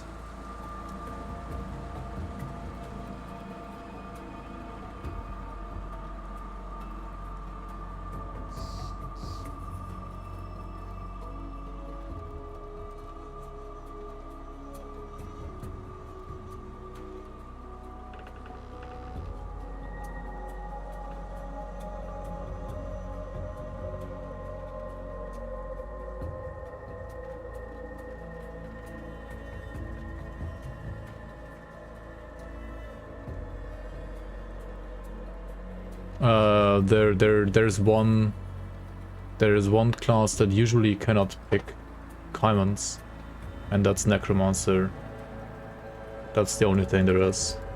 However, Necromancer can pick Caimans if you are not a Necromancer before choosing Caimans. Like if you choose Caimans first and then pick like Necromancer after, right, as your second class, then you can still be a Necromancer, and I'm very certain that's not true. I'll give you a good price on what I've got left. I mean, I literally saw it today on stream, and I played like several Necromancers, and they all weren't able to like choose Caimans chosen. Like you need to choose Caimans chosen before becoming a Necromancer.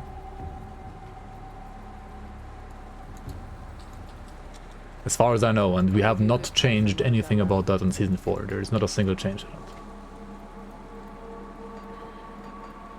See you around. So yes, you can be a Necromancer with Caimans chosen, but only if you choose Caimans chosen before becoming a Necromancer.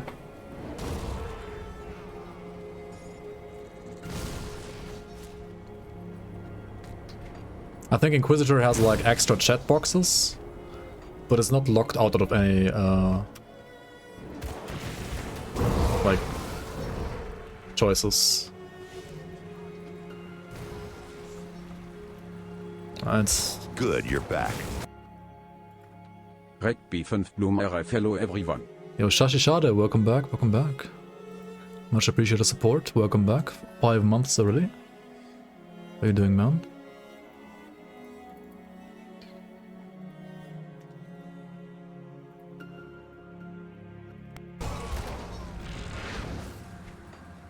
I mean, yeah, feel free to double check, and if I'm wrong, like, correct me, but I'm like 99.999% sure what I said is correct.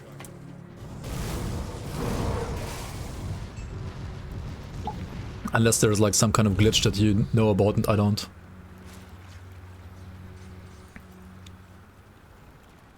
It also makes sense, right? Like, Kaiman's Chosen are a bit more fanatic than Death's Vigil, I would dare to say.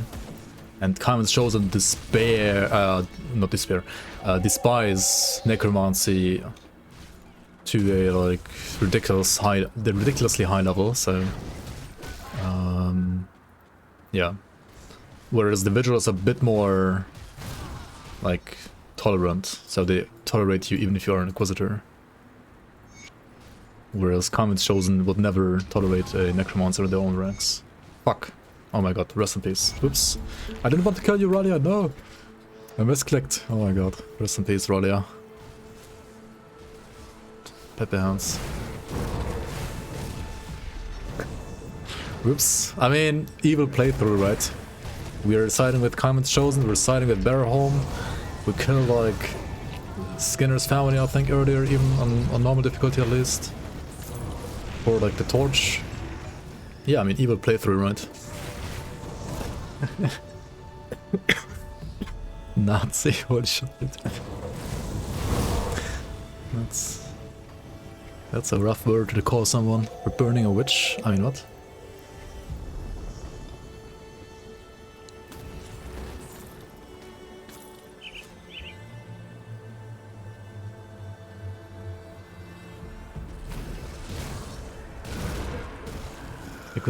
You could say I'm what, not a witcher, but like a witcher slayer? Huh. A witch slayer? I don't know, it's weird. What's the word for that even? It's kind of like just saying I'm an inquisitor. A witch hunter? Ooh. To be honest, it's weird that like Witch Hunter is Occultist though in this game, right? Like Witch Hunter in this game is not a guy that hunts witches. It's like a witch that hunts, right? Like a witch that hunts. Because you are a witch as well, right?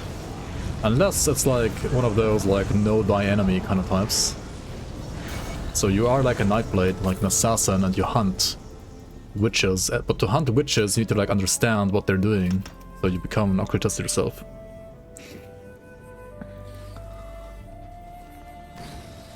Or like you infiltrate them by becoming an occultist, like pretending to be a witch, but you're actually like hunting witches. Something like that, I guess.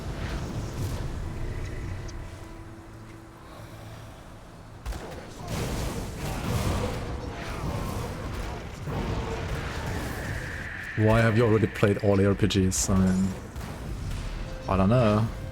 Maybe in general you're just like consuming through like games in general like too quickly. I have a feeling.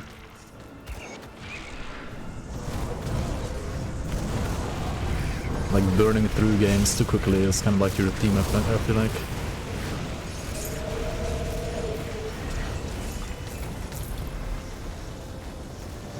You just don't play the same game over and over. What do you mean? I also don't do that. Right?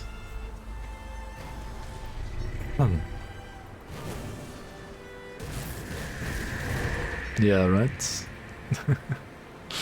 Right? I've never played the same game for more than like...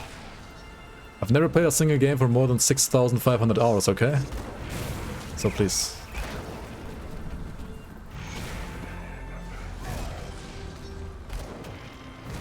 Maybe next year. New game? Maybe next year, yep. Alright, Blood Grove. Remember to kill Bolvar. Remember to get 5 Blood Legion insignias. Remember to find and rescue the farmers. And if you do all of that, remember to not die to this guy, because he can actually curse you and reduce your resistances, blah blah blah, right? In Ultimate. He's finally not a joke anymore. We're done with the tutorial, right? We have arrived at the real game. This guy might be rippy now. Maybe. If you're not careful, I guess. Okay.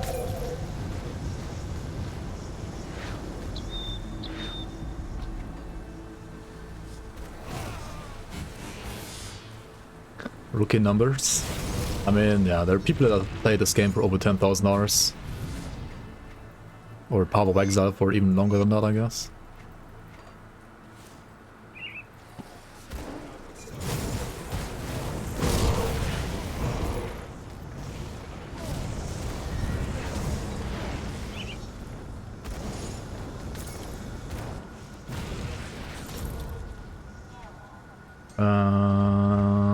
Alright, did I have everything? I have the insignias, right?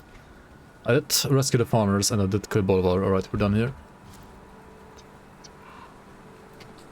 I wish they had a fire mage like this in Nazi Pok. Wait, don't you have like meteors and fireballs in Nazi Pok as well? Like the sorcerer class? I think like, I don't know, like traditional like fire caster or fire mage. Nazi Pok has probably more of a like traditional caster than this game. Because this game is more like... In this game a fire caster is a bit more like steampunky, right? Like with the grenades and so on. The mines, the grenades, the cocktail. It's a bit more like steampunky.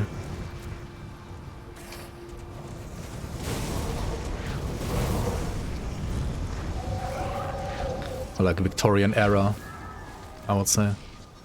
But Dawn doesn't feel like a steampunk game, it's more like Lovecraftian inspired timeline. It's like Victorian era. I like that. No Morganath Shrine quest? Oh yeah, I could also do that one, I guess. Sure. True. Yo, Astra Workman. What build would I recommend to kill all Celestials in softcore as easy as possible? I mean, usually, if you want to kill all Celestials, and you want to have like the easiest time, like gameplay-wise, I would always suggest you to make two builds. One for Crate, and potentially also Magdrogan, and one for Kala and Ravager. The other two bosses like Burm Clones and Lokar should be like a piece of cake anyway, right? But for Kala and Ravager, if you want to have like the easiest time possible, you wanna play some kind of like face tanker, right? You wanna play something like a Warborn Witchblade, for example. Or some kind of retaliation warlord, maybe. Something like that, right?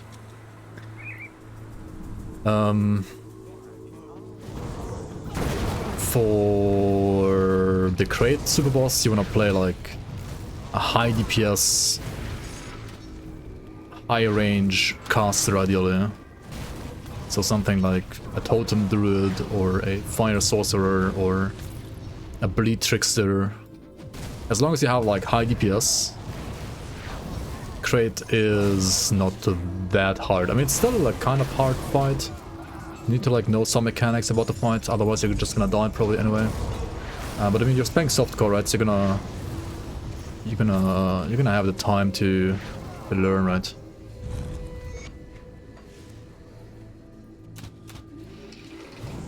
If you only want to do one character for all, then I would rather suggest you to make like a caster than a tanky character, because technically you can also kill Ravager and Kala on a caster. You will have to kite, and it is a lot harder to kill them on a caster than it is like on a face tanker, but you can still do it. Whereas the Crate boss, I mean, assuming you also want to kill the Crate boss, on a face tanker, like, it's just probably not gonna work, right? Or like only very rarely so, if at all. Finish your first playthrough recently, what's the endgame like? Did you finish your first like normal difficulty playthrough, or elite difficulty playthrough, or ultimate?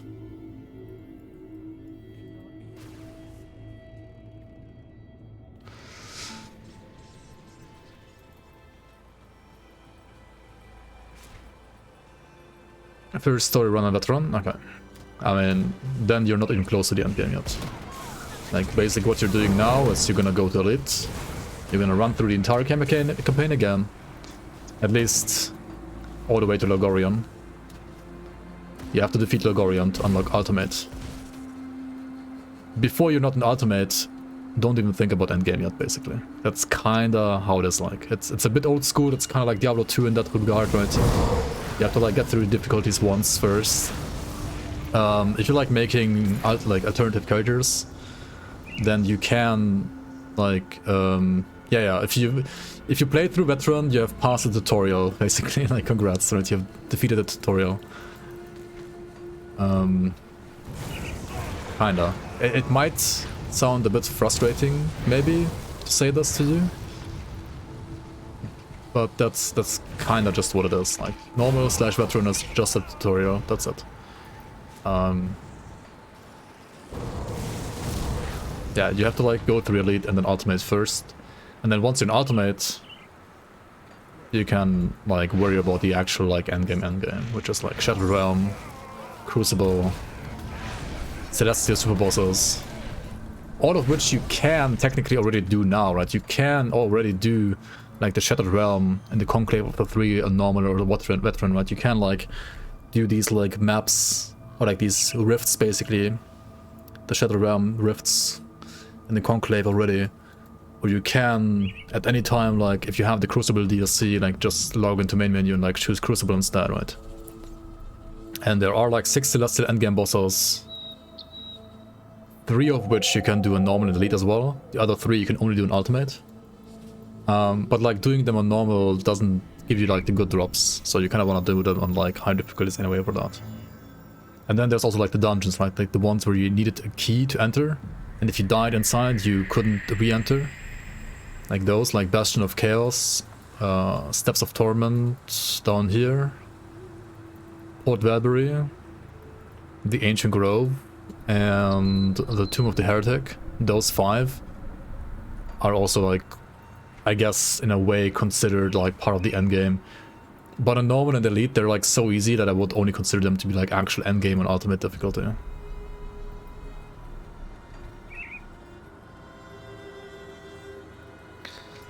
And yeah, like just going through difficulties might seem like a bit grindy or like a bit frustrating to you at first, but believe me, you can, once you have like certain like twink gear basically, like certain leveling gear, get from level 1 to 94 in like 6 hours, if you know like what to do. And you can also skip difficulties, like you can start in higher difficulties once you've beaten the game once and like once you've bought certain items. Yeah. That is possible. Okay, what the fuck am I looking for? I'm looking for the Chaos Rift still, right? Where is it? Oh, there it is.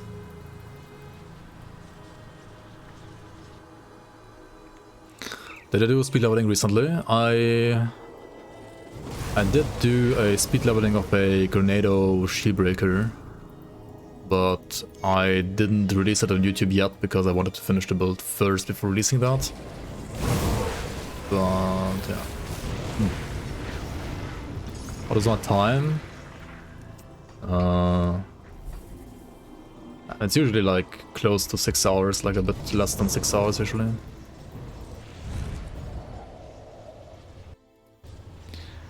But yeah, I mean, remember also that like for speed leveling, like that kind of speed leveling only works on like, not on your first character, but like on second plus. Like if you have gathered certain items on your first character, then characters more quickly. Which might also not be like your cup of tea, of course. Like maybe you just want to like play one character and do it all on one character. But yeah. On the first character, just if you play like unmodded vanilla Grim Dawn, there's like no way to get like past the fact that you have to run at least the main game's campaign, like Act 1 to 4, like up to Logorian 3 times. Might cut out again? Oh shit. Hopefully I didn't say like anything important.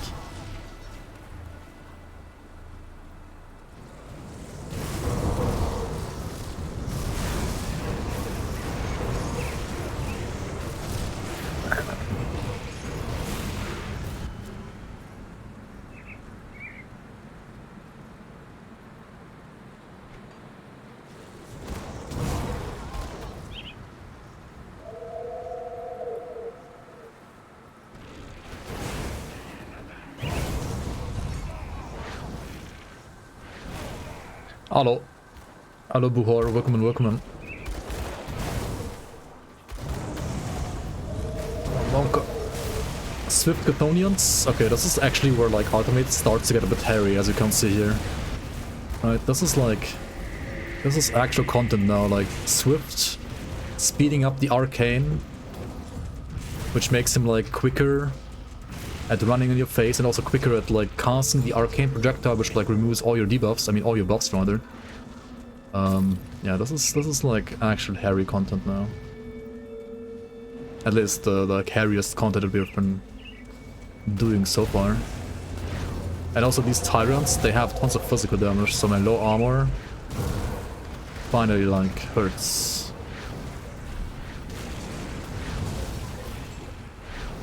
But yeah, as long as you kite well and realize that these are scary enemies and respect them properly, as you should in Ultimate, then yeah, you shouldn't die here either.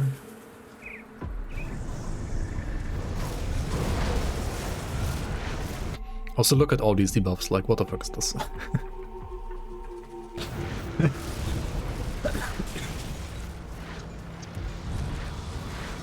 To be fair, there was a reflective mob in there, so like he was also like reflecting my own debuffs to myself as well on top.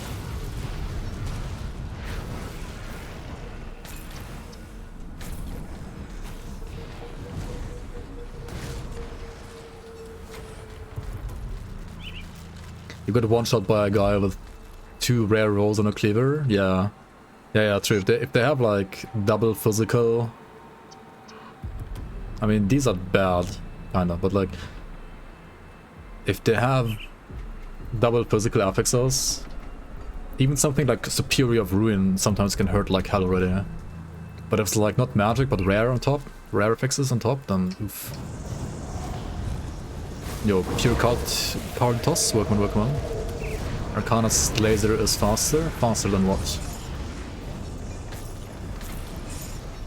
I mean, Arcana's laser is good too, of course.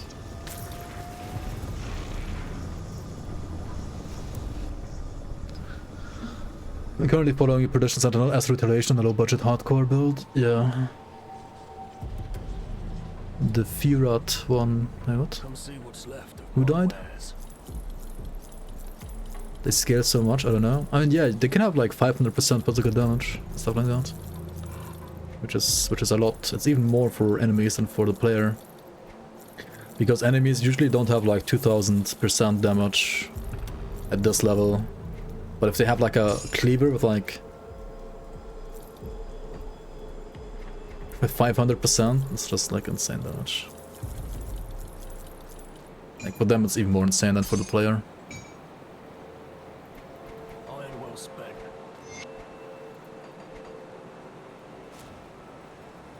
Alright, we go down here, hand in this quest. I'll know what you... Alright, am I actually like revered with anybody now, maybe? I am. Why am I not picking up like...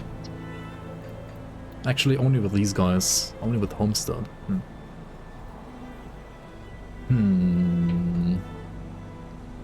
I kinda want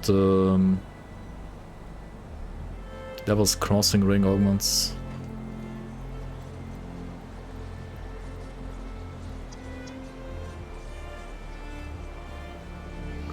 Time to do some Scrabble bounties. Your first one died. That's what you said? Alright. Yeah. What was your first character that you tried? And what did you die to?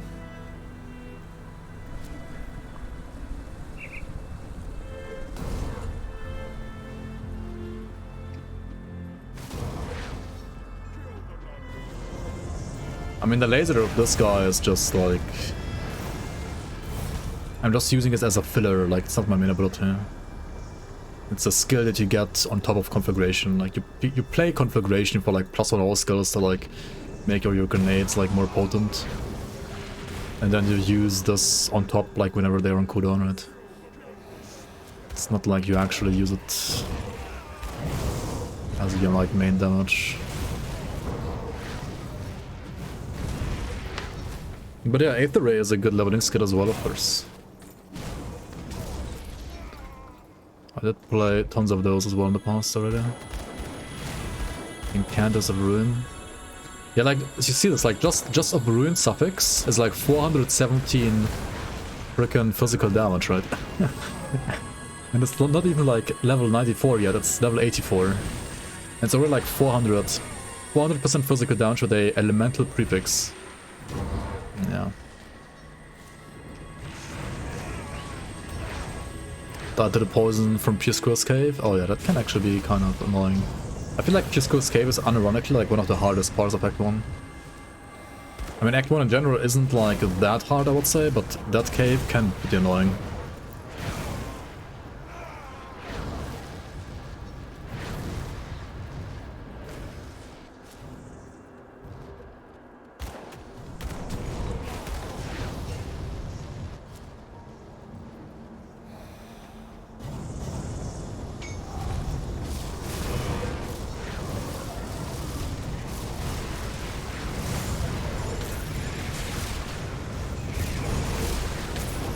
We pulled Zarya Monk up. Not a power ourselves from the curse. Make sure the crystals die, yep. Otherwise you just die here. If you don't nullify yourself from the curse and you don't make sure the crystals die, you're just dead here. I mean, if you make sure you do what I just said, then you pretty much don't lose a single point of HP, but if you don't, then you just die to the crystals, right? I guess I wouldn't have died though, I have like good overcap.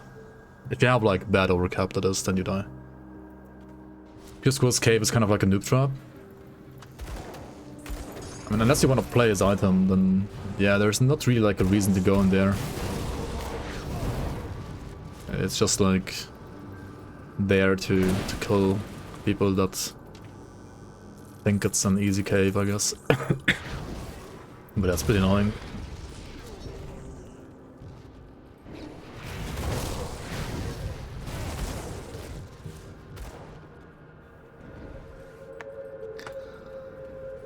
True Panetti challenge is to level up Panetti to level 100, then farm all the endgame Panetti gear, so it becomes okay good. Been there, done that.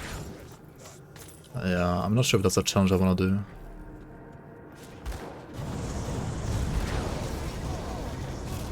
Maybe in the season where it has like some better item support. I could see myself doing it there, maybe. Yeah. But other than that... you wanted to get the item? Pisco's Tail? Dang. Yeah, I think it's a decent item. Especially for like witch hunters. If you go like exploring everything in the first playthrough, then you're gonna die to Pisco's Cave for sure. Yeah, if it's like you're very first playing this, like time playing this game, then yeah. I mean, there's a high chance that you're gonna die in that cave for sure, yeah. I wouldn't say like 100% chance, but it's a high chance. Very high chance.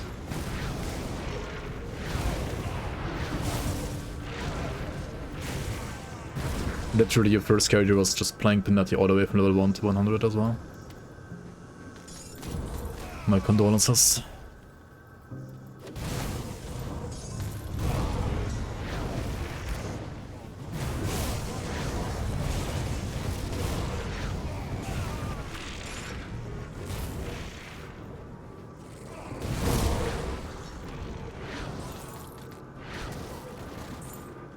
Well, you died in your second playthrough, you died again in the same cave.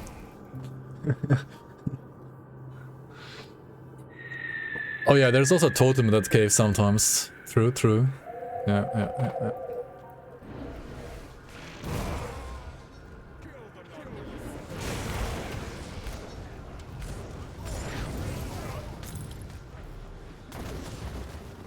Big bait. Big bait made by Xantai.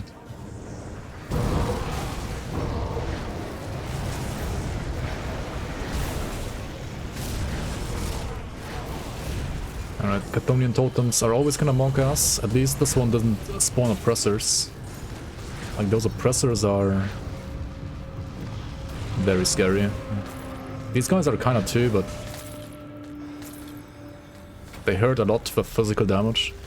But other than that, they are not like that heavy on debuffs and stuff like that. So they are like generally a bit easier to handle. Especially when you have Flashbang and Fumble and Confusion.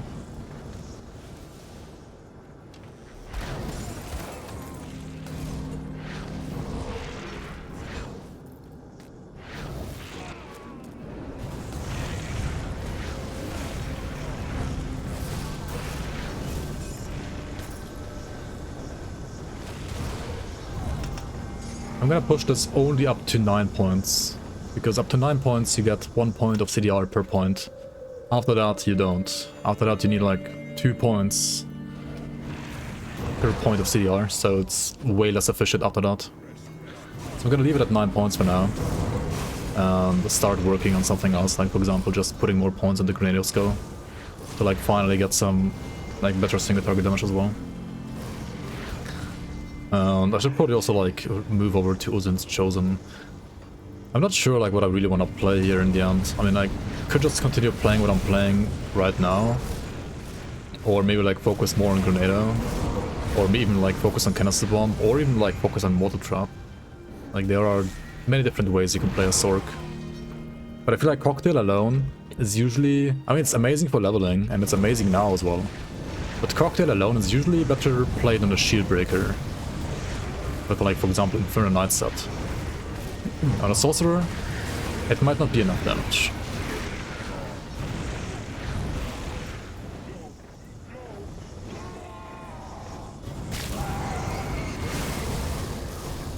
If you like beam skills, you can also look into like playing a Fire Aether Ray build.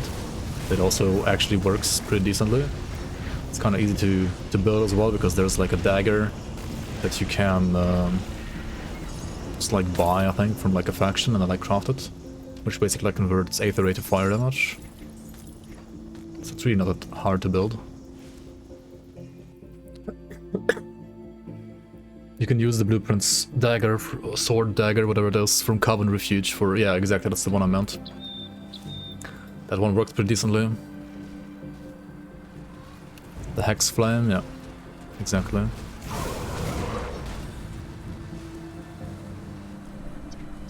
If you're lucky enough to get like the Pyrion set at some point, you can play Fire Devastation and Fire Mortar Traps pretty nicely. It's a good set. If you wanna play like grenades, do you wanna look out for example, the Mythical Adversary or the Ulzuin set? You're here. To play like Canister Bomb or Grenado or Grenado. I'll give you a good price on what I've got left. You can probably also like play Ketter's Tempest maybe, but I don't know. I wouldn't recommend it right now, at least not in the vanilla game.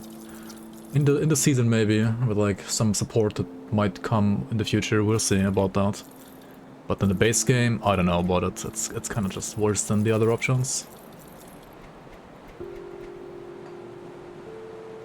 And of course you can also like play a sorcerer with different elements. Especially lightning is pretty good as well. Like lightning, dual Barrowsmith guns. Or Canister Bomb and Grenado as well. Or lightning Aether Ray. It's pretty good. Do you want a dot base Carrier's Tempest? I mean, just play the transmitter. See you around. Right?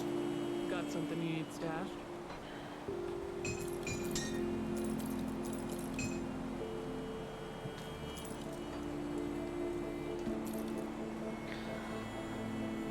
So, what do these mythical gloves do? They also give me poison resistance on top of everything else. Right, on top of the stats that this normal one has, it also has poison resistance on top. And it has like more of the other stats, of course. It actually rolled lower on the energy absorbed though, I mean, oh well.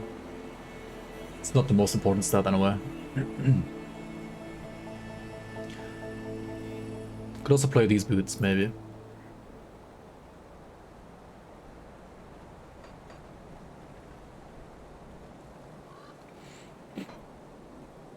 What else did I find?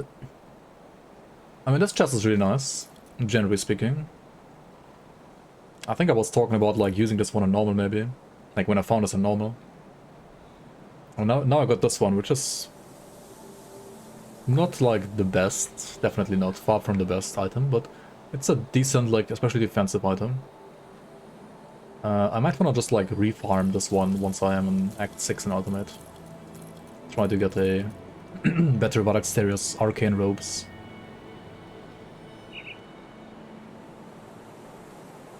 Yeah, you can also play Aether Sorc, because you have like Aether resistance reduction from Thermite Mines, that's true.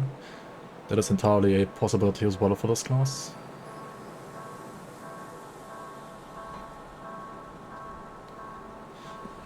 The problem is still like pierce resistance, right? I want to use these shoulders, but I need pierce resistance. Like maybe I find another like flesh warped cask with like more pierce resistance here soon, hopefully. Then I can switch out the shoulders for like pierce resistance helmet and then use one of these, which will have like, well, only slightly more damage, but especially like higher armor. Talking about Creditor's Tempest, by the way, this would be like the set, I guess, to use for a Creditor's Tempest sorcerer, right? The Wrath of Agrix. I mean, you want the mythical one though. At least at some point. It's safe with me. Promise.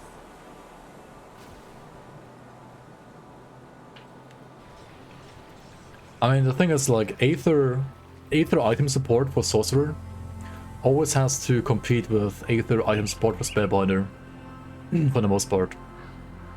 And then you just realize most of the time, May the light.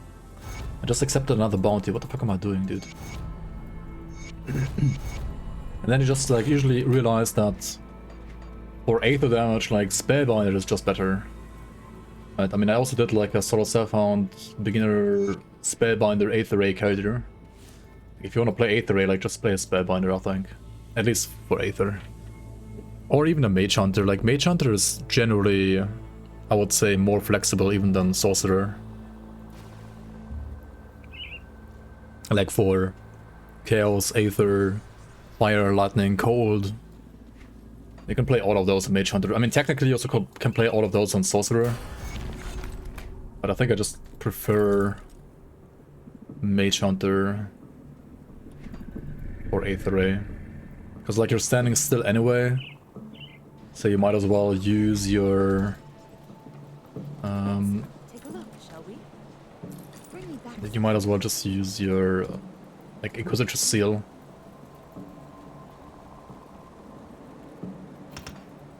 Got something you need stashed?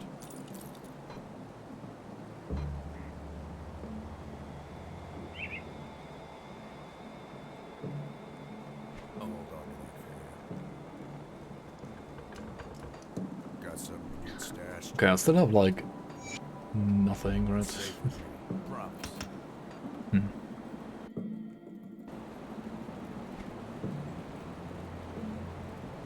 So we just gained a bunch of poison rust. That's cool. But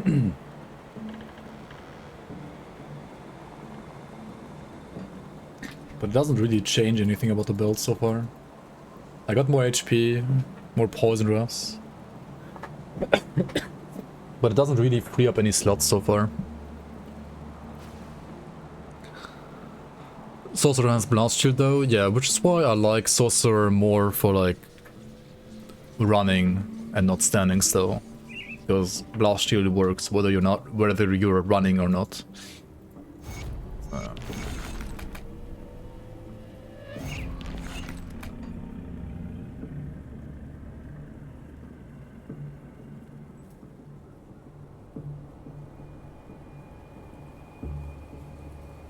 Yeah, we're gonna do these side quests later maybe. Let's just proceed to what I can. Random question, you saw my YouTube video about how to reset your account by moving save folder. Do you think it will somehow mess up with your item assistant hoarded items if you back up later on?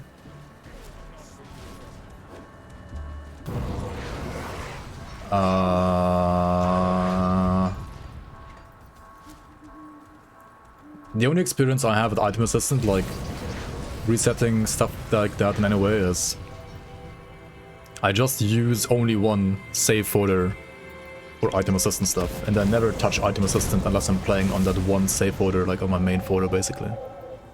If I want to reset, then I usually reset because I don't want to use items and blueprints so on, right? So I usually won't need item assistant anyway on like the reset.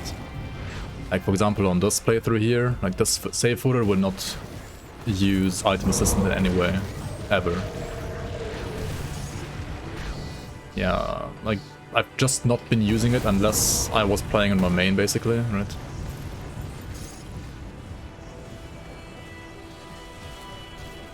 And then it's fine. I don't know, like, what other interactions there can be. And I wouldn't want to mess with that, to be honest.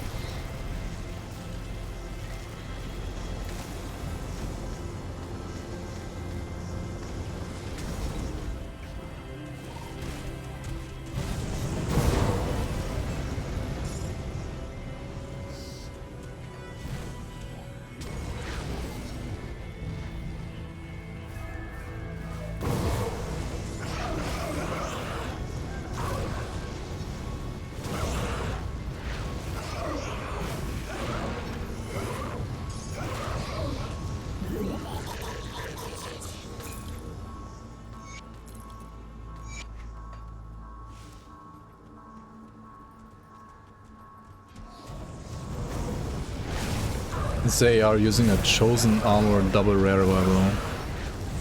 What does the chosen armor even do anymore?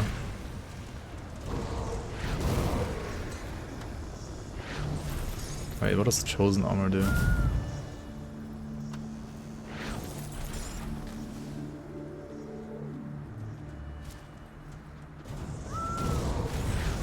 I know. I think both of the like stereo items are like really good. One of them is for fire and the other one is really good for lightning. Including Aether Ray. Chosen robes +3 to Aether Ray. Okay, but what else?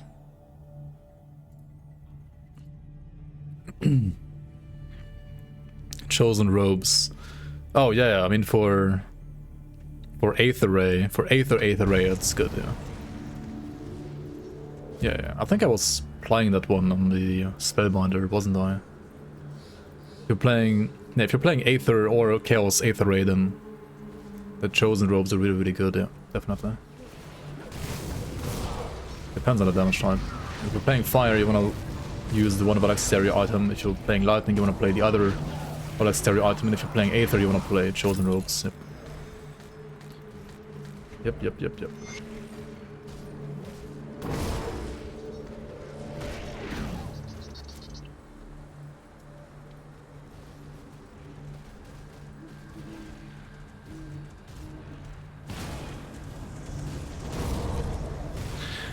For the seasonal stuff, I think you might have to like import the database to Item Assistant first, otherwise like Item Assistant isn't gonna work with those items. But I mean, it's like an easy thing to do as well.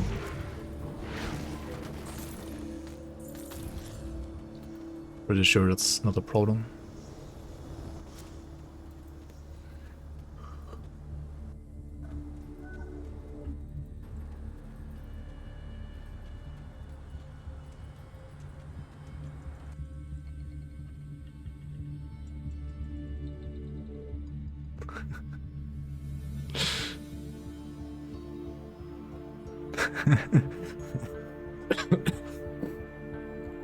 SPW shit or what?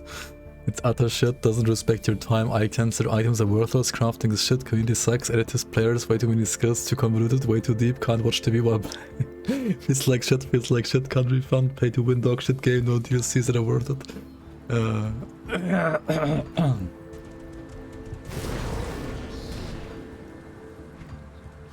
Wow. He's being sarcastic, by the way, guys. Obviously. Being able to kill Hillock is elitist, yeah.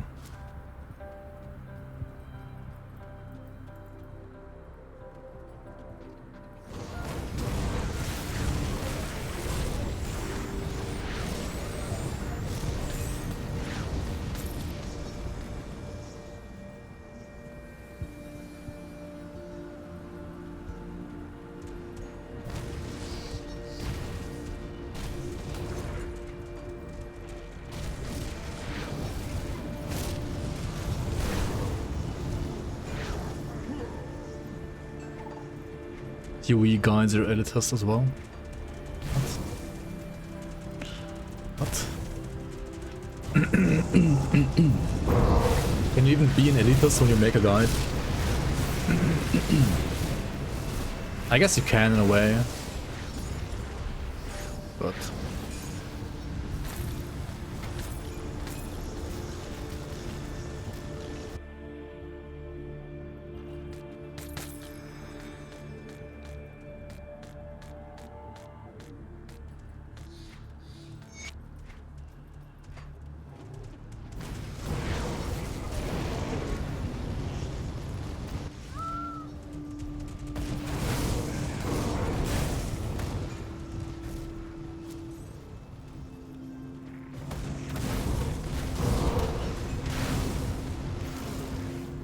I mean, in a way, like, this gameplay right here, you can just, like, watch a movie at the same time, right? It's not that hard. If you play the right build, at least. It's gonna get harder at some point, right? I mean, it actually will be, though, but... I just heard that phrase, like, so many times in other games, and... like, it will be different later, don't worry. Hope you.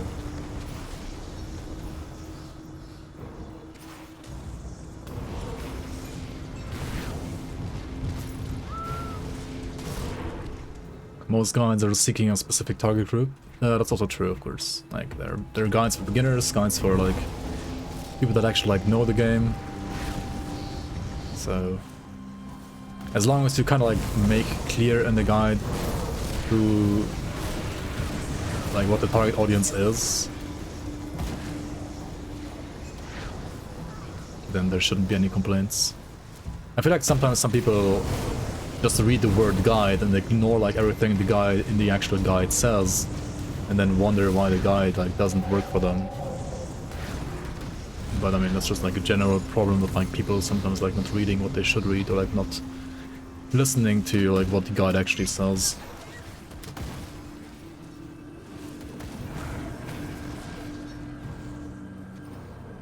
The worst game that gets good later is Final Fantasy XIV. Play 100 hours through the shit-based game and then the game actually gets good. Maybe, maybe. I have never played that game, so I can't really judge, but...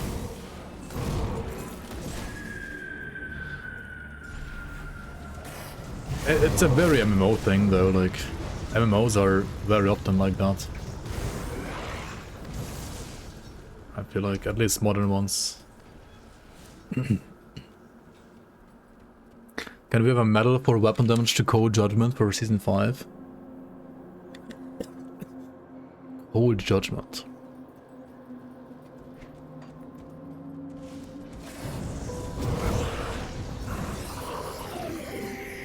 Does Cold Judgment even exist right now? Like, at all?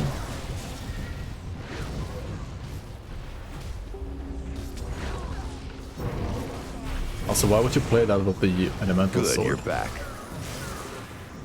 Hello, Rick. Hope you're doing well. Yo, Bearnado, welcome back, welcome back. Or rather, Bearnado. I know, I'm always like saying Bearnado. German, I guess. Thank you so much for the prime, and welcome back to the bloomers.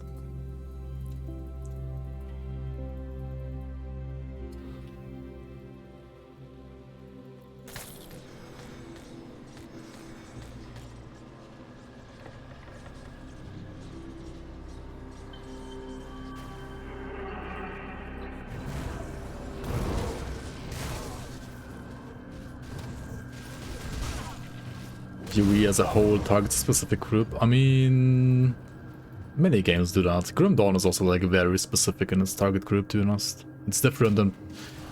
it's not like that different to PoE, but it is different to PoE. But it's not like a... it's not like a... it's not like Hogwarts Legacy, you know, like... it's a bit different than that.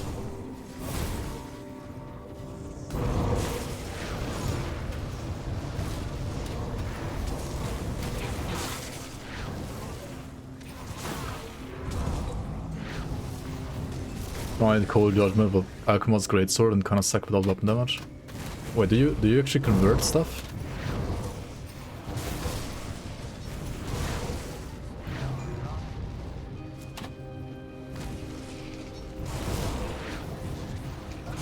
Like, is there an item like supporting Cold Judgment at all right now? PoE is faster, Grim Dawn is slower. I mean, yeah. There's a conduit. Oh, okay.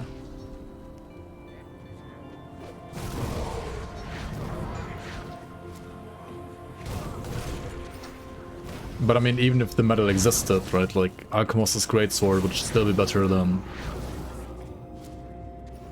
the metal. I mean, than the elemental weapon, right? Like, sure, I could make a metal, but you would still play the Greatsword and not the two-handed. Like, not the elemental turn though.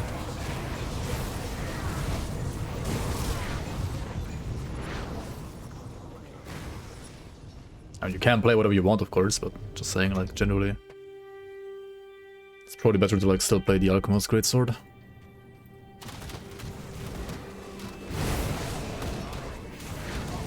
When Diablo 3 players and people came over from Diablo 3 to Path of Exile, Subreddit became more cancer and more toxic, that's for sure. Maybe. I mean, wouldn't surprise me.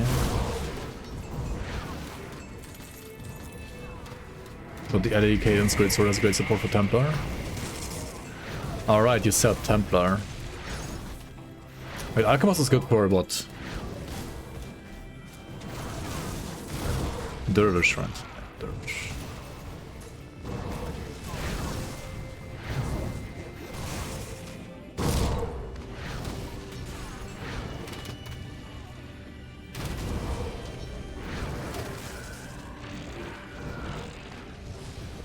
Make a super tanky Templar with it. Nice.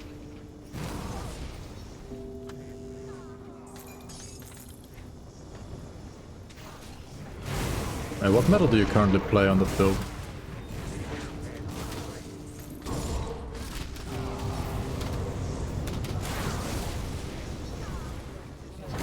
By the way, I kept saying that you should always like still do auto shrines for blueprints.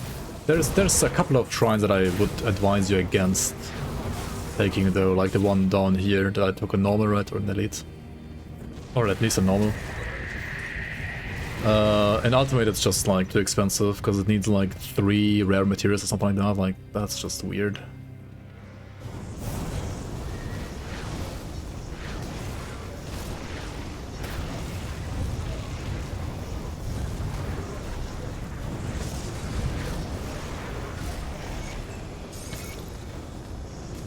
Shield of Fury. Not the worst, I guess. If you wanted to play like a Cold Nightblade, this wouldn't be too bad. It's not ideal, but it's okay. Yo, Frost, welcome in, welcome in. Oh my god, do we have this bug here? No.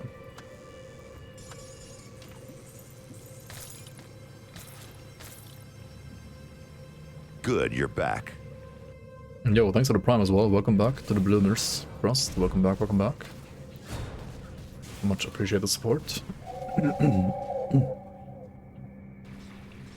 You did a Fire RF Templar for Season 5. Wait, you're already playing Season 5? Pog you. 4k armor, but unfinished with RF metal. Ah, the RF metal. Yeah, makes sense. Of course, of course.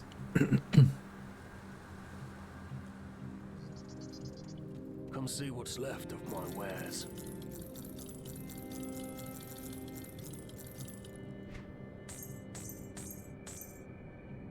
Yeah. I'm not gonna need this item on this class, so... And it's not like max level, it's not 94 in a way.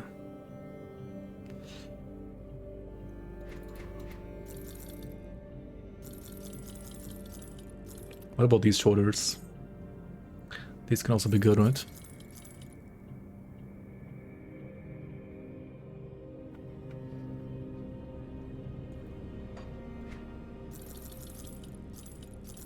Ah, we speak at last.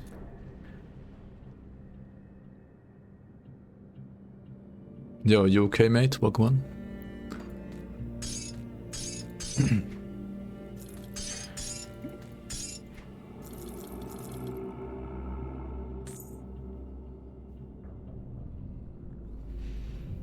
Of Thunder.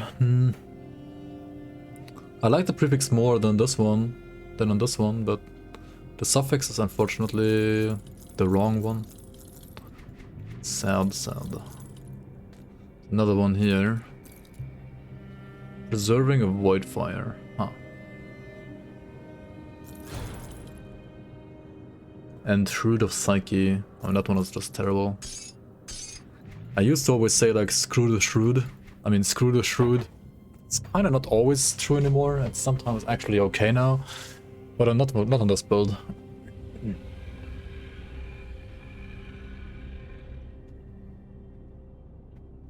Yeah, see you around, Newmort. Thanks for hanging out.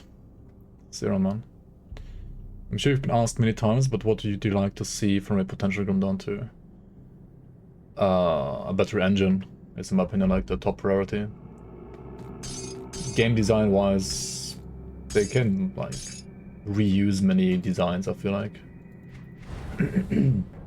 But definitely better engine. It's like top priority.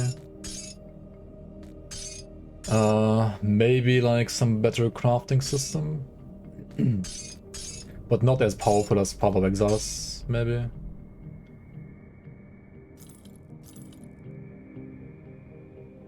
But definitely better engine.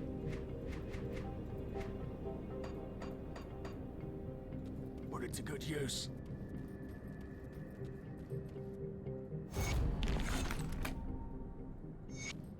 And of course, like a continuation of the story, stuff like that would be cool as well. Maybe less damage times. Yeah, maybe the right wording would be like maybe more distinct damage types, right?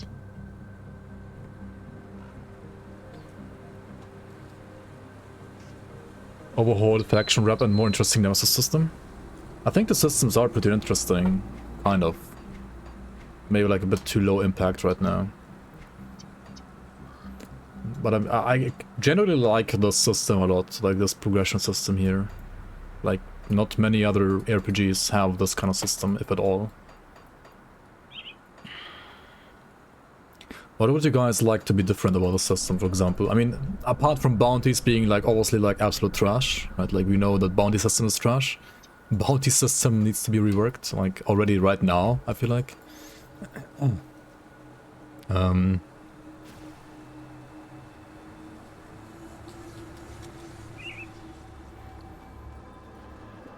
Like gradual nemesis, yeah. I can see that, yeah. Like the nemesis thing seems pretty interesting, right? But like the unlocks that hated and despised are... I mean, they are actually noticeable if you try to notice them, but if you don't try to notice them, you won't notice them, right? You just notice at some point like the game is getting harder, you're getting like more enemies, but they don't have like the same like impact, I guess. No.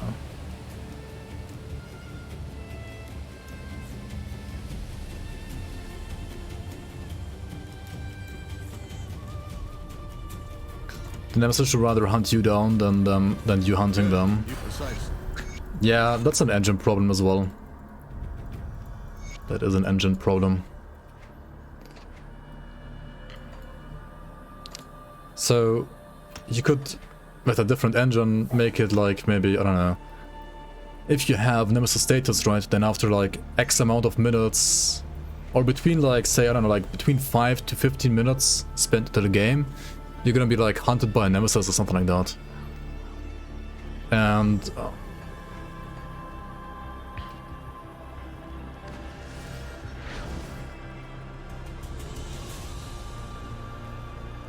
he is gonna, I don't know, or maybe like depending on like what kind of content you're doing, it's like a higher chance of you getting like hunted by it.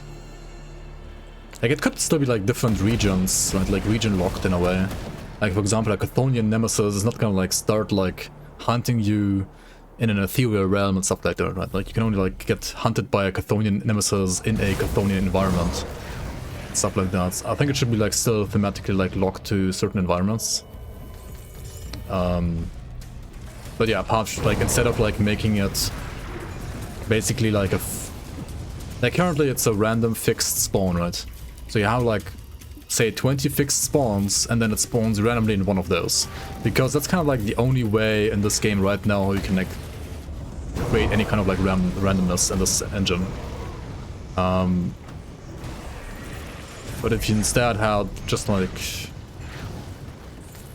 I don't know, like kind of like a timer or some like chance that like goes up and up for like an enemy to spawn, like a nemesis to spawn to hunt you whenever you are like in certain environments, that would be cool.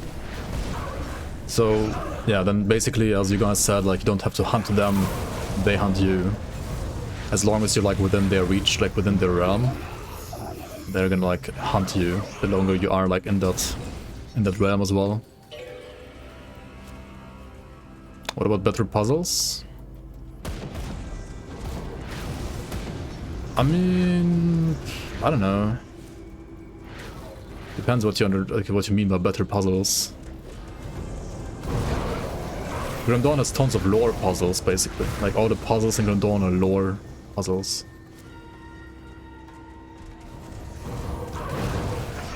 I don't want, like, any, like, New Age RPG style, or God of War style, I don't know, do this, like, I don't know, move this border here. That's like super obvious puzzle. Like if the puzzles are like super obvious, it doesn't make any sense to me. And also like the puzzles are like in the main campaign, or like, yeah, press G to like move this border. Like that's not a puzzle. That's just like being a lazy game developer.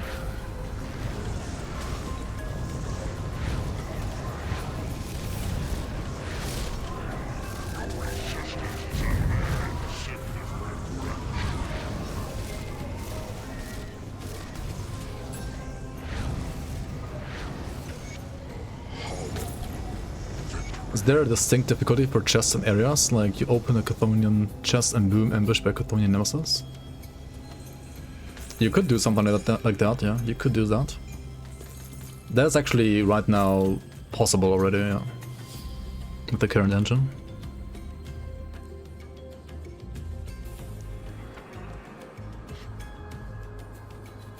I don't know, generally in RPGs I would say puzzles have their place for side story content, but not for main story. For main story it either feels forced or just like usually out of place, in my opinion. So I really like it how Grim Dawn did it, because basically all the puzzles that there are, they are like for side story content, right? But in Grim Dawn the puzzles are like, well, find this hidden path and then find the next hidden path, and then like trying to figure out where to go depending on like what clues you get, right? It's kind of like a scavenger hunt, right? And I think that's like the best you can do in this engine as well, like.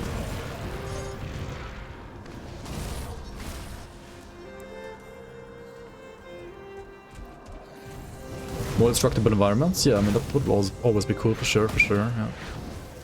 I agree. Like when I first played Grim Dawn and you like also saw like how Devil's Crossing was like slowly built up again, and then suddenly you're not really like building it up anymore. You're like, wait, where is my town builder? Right? I don't mean the town builder like in Volson where you just like see something like in a basically like a browser interface, but something where you like actually see change happening in the world, right? Like in Grim Dawn where you know, like you give her back the fabric and then she like makes new like rugs for the or whatever, like new curtains basically for the roof and stuff like that, right? Like Devil's Crossing like literally gets upgraded, right? That's kind of cool. All right, we are approaching Locksmere territory here, and I should maybe like pay attention a little bit just to like see if he spawned or not. He did indeed not spawn. Okay, we're safe. But yeah, don't go here blindly, like, expecting not to die. You're not paying attention.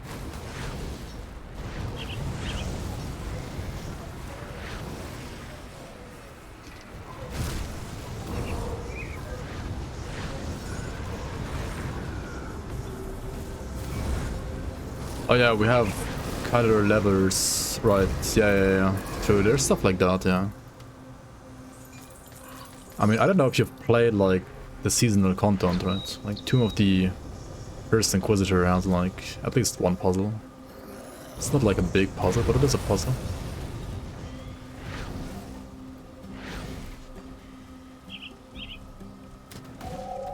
Grinding scrap to build your own hideouts. Yeah. Yeah, I think, like, you can do, like, cool stuff like that, maybe, yeah. Dude. Like, actually building your hideout? Sorry. You can actually, like, do that in Grim Dawn, I think. Like, even with current engine, like, to a certain degree at least, right? And also, like, the more assets there were to be able to use, of course, the more defined you could do it. But you could actually like build your own hideouts, kinda. Like imagine in Hunter's Blind and the seasonal like hub, right? You have like a basically like your own room, and then you can like kind of like decorate it in a way. Or like you can even like build your own room, or like build your own like mini fort or something like that. I don't know, it would be kind of cool. I think like modding wise it's actually like a shit ton of work to set it all up, but it's definitely possible.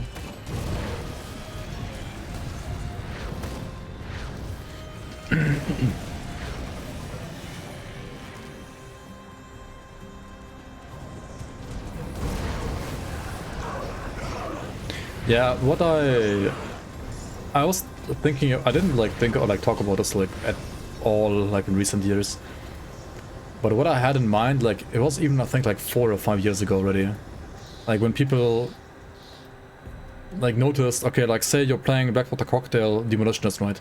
Then there was kind of like always like a, even more so in the past, like one definitive like best subclass to support that, right? What if like there were basically like mini skill trees, or like, well, ascendancy trees, if you want to call them like that, right? Dependent on like the dual class that you choose. Like you have your Demo tree, your Arcanist tree, and then like basically once you're a Demo Arcanist, you unlock like a third, like a Sorcerer tree, right? That's like unique to this combination. And stuff like that would be kind of cool. I'm not sure how good it would actually be for the game, like balance-wise.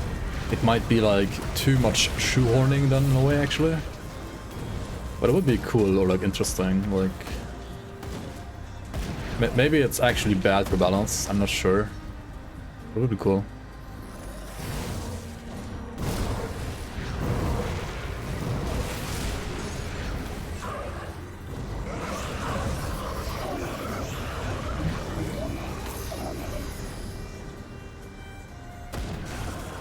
The thing is, that is something that in Grim Dawn right now is not something you want to do in a mod. Like, it's way too much work. Like, everything that requires like new UI stuff, like a fourth class here basically. Like you have Demo, Devotion, Arcanist. It's like your 3 classes already. Like a 4th class, depending like what you have here. Like, no, it's not something you can just add with a mod. That's way too much work. Yo, Miko, welcome on.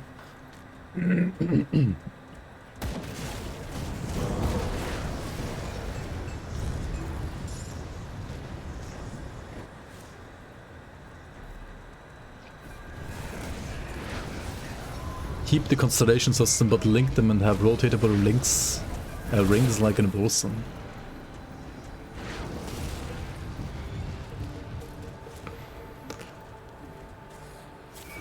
I don't know, I kind of like the like 3 or 4 dimensional linking system you have in this game, in Devotion 3. Like instead of everything being like visually linked by like 1 or 2 or maybe like 3 nodes, stuff is like linked by affinity. And while that might be a bit like less intuitive at first to the player, it actually, I think, makes it like way more interesting. Like linking the devotions would like take away from that again, right? In my opinion, at least. Like if you link stuff, then you don't need affinity anymore, right? I know. Like what's the point of that then, right? You read about an item filter mod, it's called the Rainbow Filter. Is it recommended? I would generally... yeah, I mean, especially for like a new player, it's probably like the only mod I would recommend. Because it does make it a lot easier for you to like read and evaluate items, especially green items. Because in this game, you have basically like 4 item types you want to look at all times, right? Early game there's also like whites and yellows, but these are basically trashed like very soon. So you like remove these 2 very, very early on already. Then you basically have like 4 items types to look at. However, you will only see the, like 3 colors by default, right? You will see green, blue, and purple. The problem is with the greens, is that greens are always a base and 2 affixes, and the base can either be white or green. And the ones that have a green base are basically good items, and the ones that have a white base can be still useful, but are like usually way worse than those with green base. For example, this one is a Resonant Preserver Gloves of Celerity, right? So Resonant is a green prefix, like a rare prefix, Preserver is a white, so trash base, and Celerity is a yellow suffix. But it always takes the highest rarity, so this is a green item. But you can really like see, but just like looking at how many stats this item has compared to this item, which is a Impassable Fleshwork Bulwark of Vengeance, which is a green base. And just because of that, it has like way more like stats already. Like even this one, which is like yellow prefix, yellow suffix, green base, has really like more stats than this. Whether or not those stats are useful for you or not will depend heavily on the build, of course. But yeah, Rainbow Filter would, for example, clarify this a bit for you, like making not the item itself, but the text of the item, like in the different color, right? This would be like Resonant would be green, Preserver Glass would be white, and of Celerity would be yellow. Whereas here you would have like Resistant yellow, Fleshwork Bulwark green, and a Frostbite yellow. So if you have something that's like green base, and then like also at least 1 green affix on top, those items can be like ridiculously good. So double green equals double rare? Kinda. But Rainbow Filter maximize green. Yeah, which is why also you have this saying of triple rare, right? Because rare prefix, rare base, rare suffix, like double rare monster frequents, also known as so-called triple rares, aka the rarest item in the game. And potentially, with the right rolls, the best items in the game. You can also change the color. Yeah, I mean, what I just said is like the default color settings for Rainbow Filter, but you can also like change it into basically whatever you want them to be.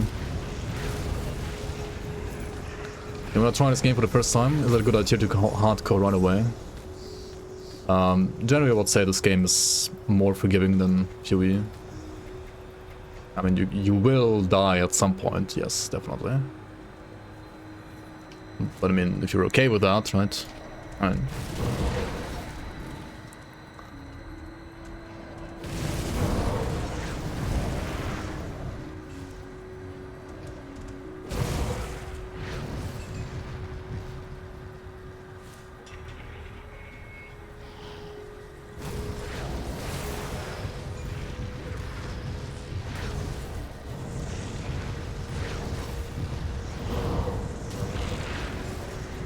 What's the most rapier stuff? Enemies hitting you. I mean, I don't know what to tell you. There is rippy stuff in this game, definitely. But if you set up your character properly, then...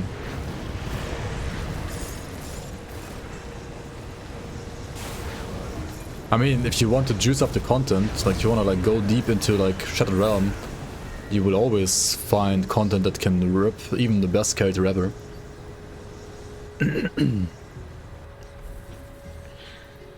Like there is hard enough content. The problem is like, is that hard content also relevant? Depends what you like set yourself I'll give you a good price as a goal, right? Like for example, pushing the Shattered Realms, which is similar-ish, I guess, to like rifts, like Greater Rifts from Diablo, you could say, is only really worth like pushing all the way to level 75, like to shard 75 on ultimate, because that's like kind of where you get like the best loot. Pushing higher than that you can still do to basically like show off. Sorry, but it's not really gonna like give you better loot. It's actually giving you it's actually like giving you worse loot at some point. Like there's basically like a max, like a maximum like loot per minute efficiency for Shattered Realm.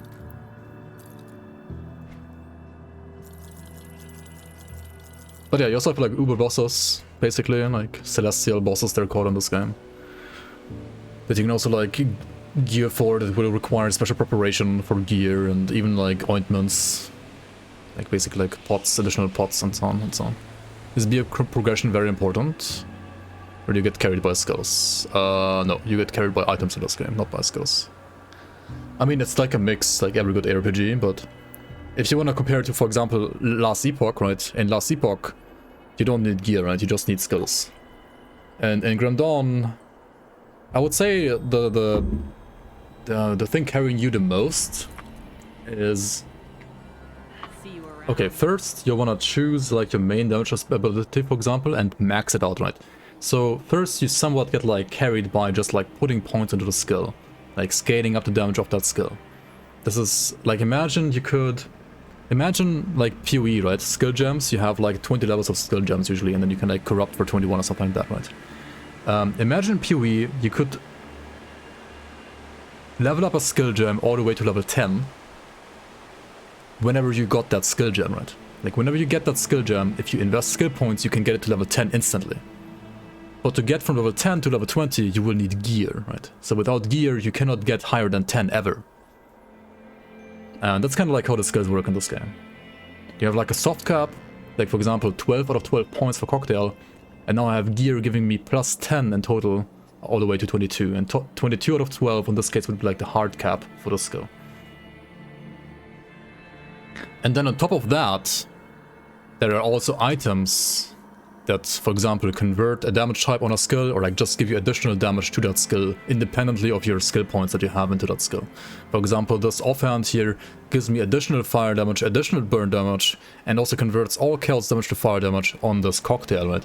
So I get the 22 out of 12 damage from the base skill, I get the damage on top from the cocktail, and then I have this skill here that also affects this skill, which gives the skill chaos damage, but because of the item, the chaos damage is also fire damage, right?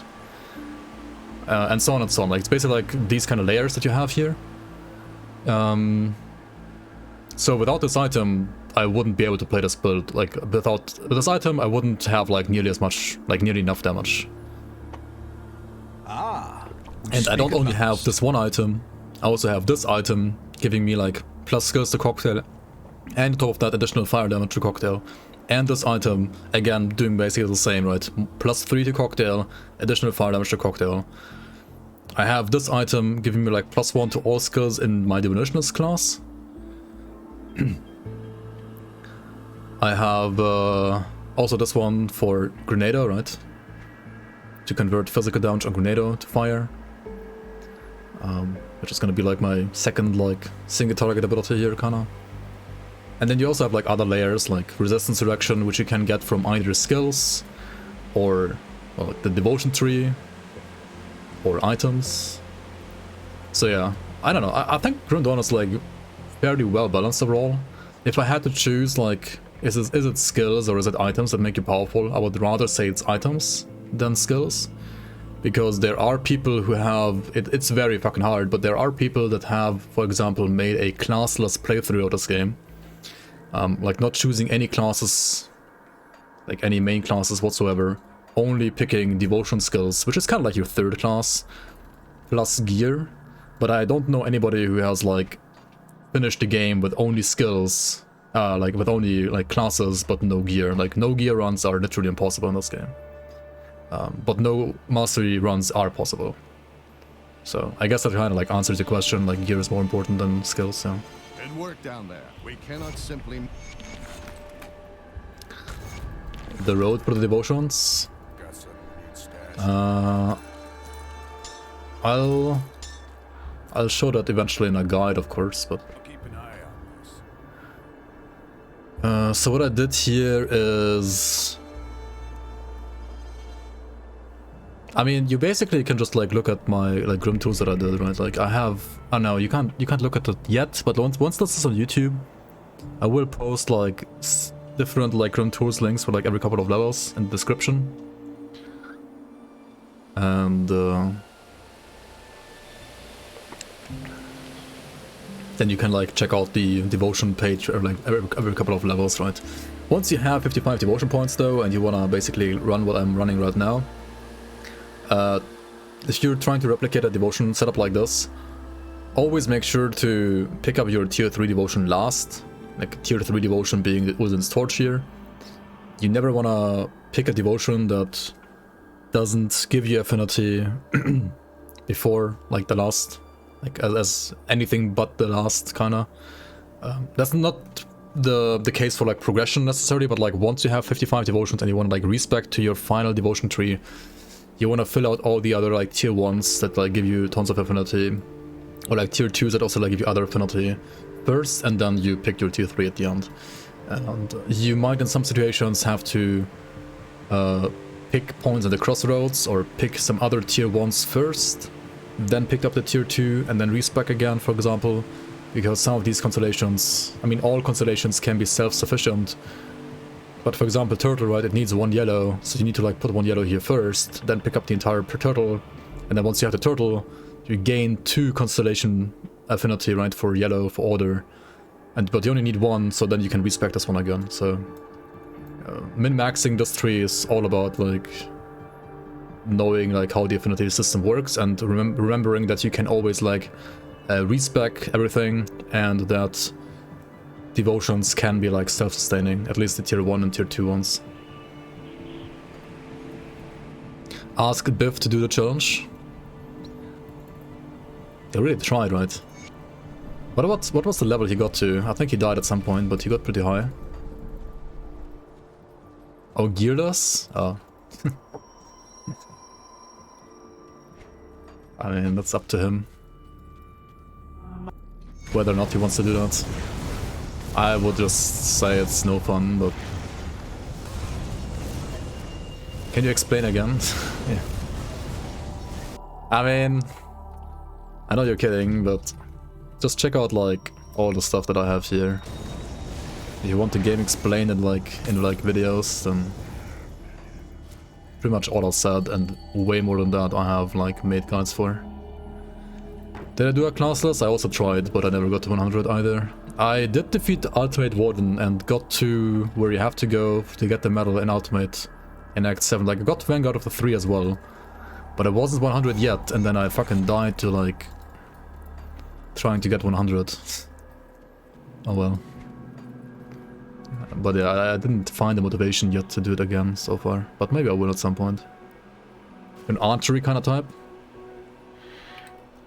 I mean, the closest to bows is, I guess, like 200 range weapons here. Took you long enough. The cult, it appears.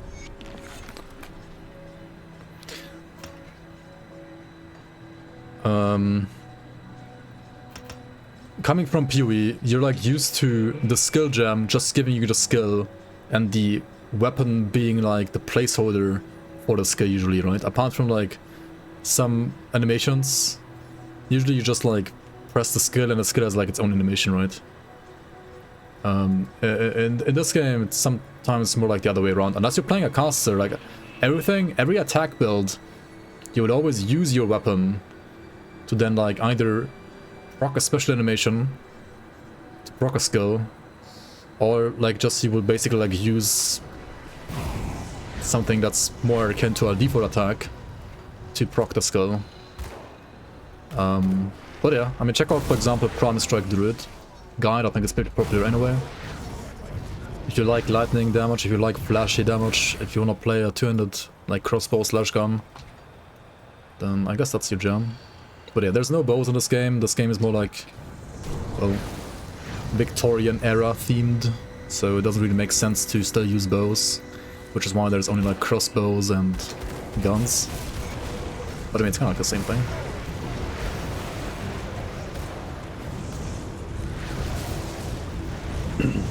Shotgun? There's no real like shotgun mechanic in the vanilla game. There is in the Season 4 mod though. There's like a shotgun there that has like its own like shotgun skill. And there are also like so-called weapon pool skills. Like if you're playing a so-called default attack replacer, which is like a skill that just like makes your default attack better, then there are also so-called weapon pool skills that have like a chance to proc off that default attack, which is a pretty cool mechanic. Doesn't exist like that in PoE as far as I know.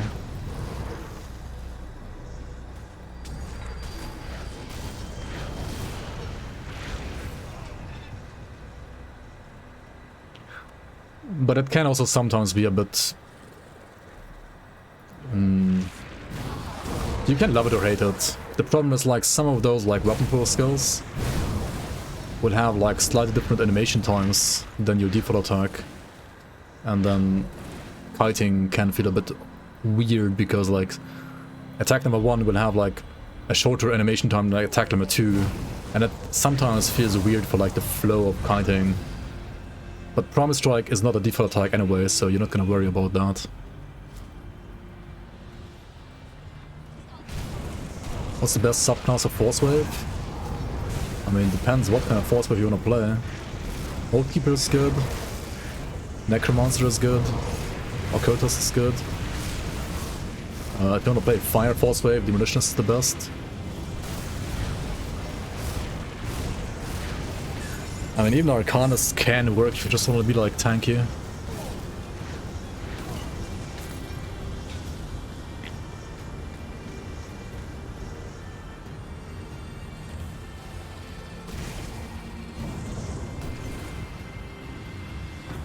Some kind of arc or chain lightning skill.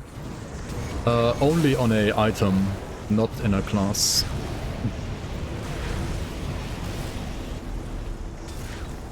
And it's usually lightning damage themed.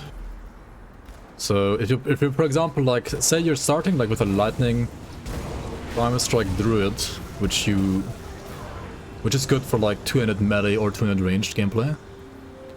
I mean, I guess in your case you would play 200 ranged. Then you can very much like play the same character later on to switch into, for example, like some kind of lightning caster and then use the so-called Seed of Skies, which gives you the chain, like literally called chain lightning ability, which kind of like works like an arc skill. That's pretty much an arc skill, yeah.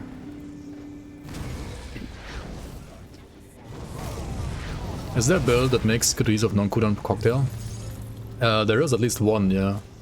I know the like physical retaliation cocktail build is good for that. But like non-retail builds, I feel like, I mean generally, yeah, like non-cooldown cocktail is kind of bad, generally speaking. Or like at least worse than cooldown based.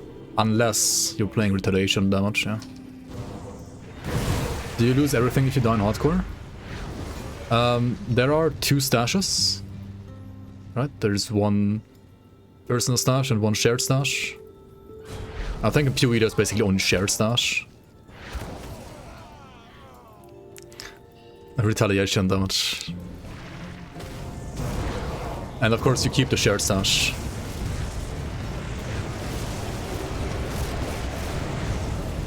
And also you keep your blueprints that you find. Like you keep your stash and your blueprints, but like whatever you have on your character, all of this, everything is lost, yes. Yes, you lose everything in equipped and inventory. And in PoE, right, your character moves over to softcore. In this game, the character's just gone, right? It's just gone. You can't play it in softcore anymore. It's just gone. Like it's grayed out in the menu. You can't log in anymore. It's just gone. A bit more brutal here. I mean, technically, right, there are some certain cheating tools with which you could technically like revive your character, but we're not doing that stuff here. Or you could also like put it over from softcore, from hardcore to softcore as well. That is technically possible, but yeah, we're not doing that crap here. The character moves to standard, yeah. Yeah, true, the character moves to standard softcore in PoE. I mean, here it just dies. Loading up cheat engine as we speak, yep.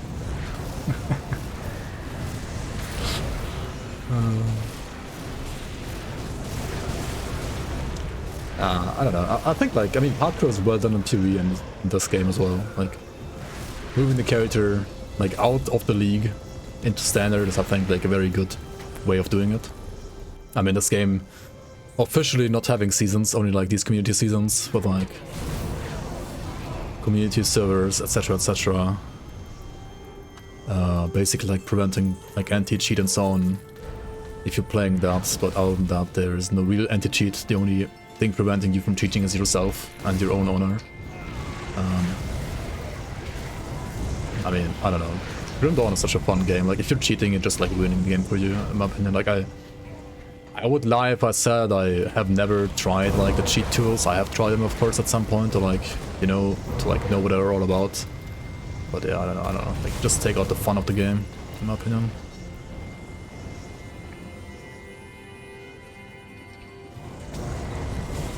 Yeah, I mean, in one hand it's like nothing official, right? But on the other hand, like all the stuff that like we worked on, Obama medal, right? Time for some Obama medals here. Time for Obama handing out some medals to ourselves. Apart from them not being official, I would dare to say like every season had like literally more content than like all 28 Diablo 3 seasons at least.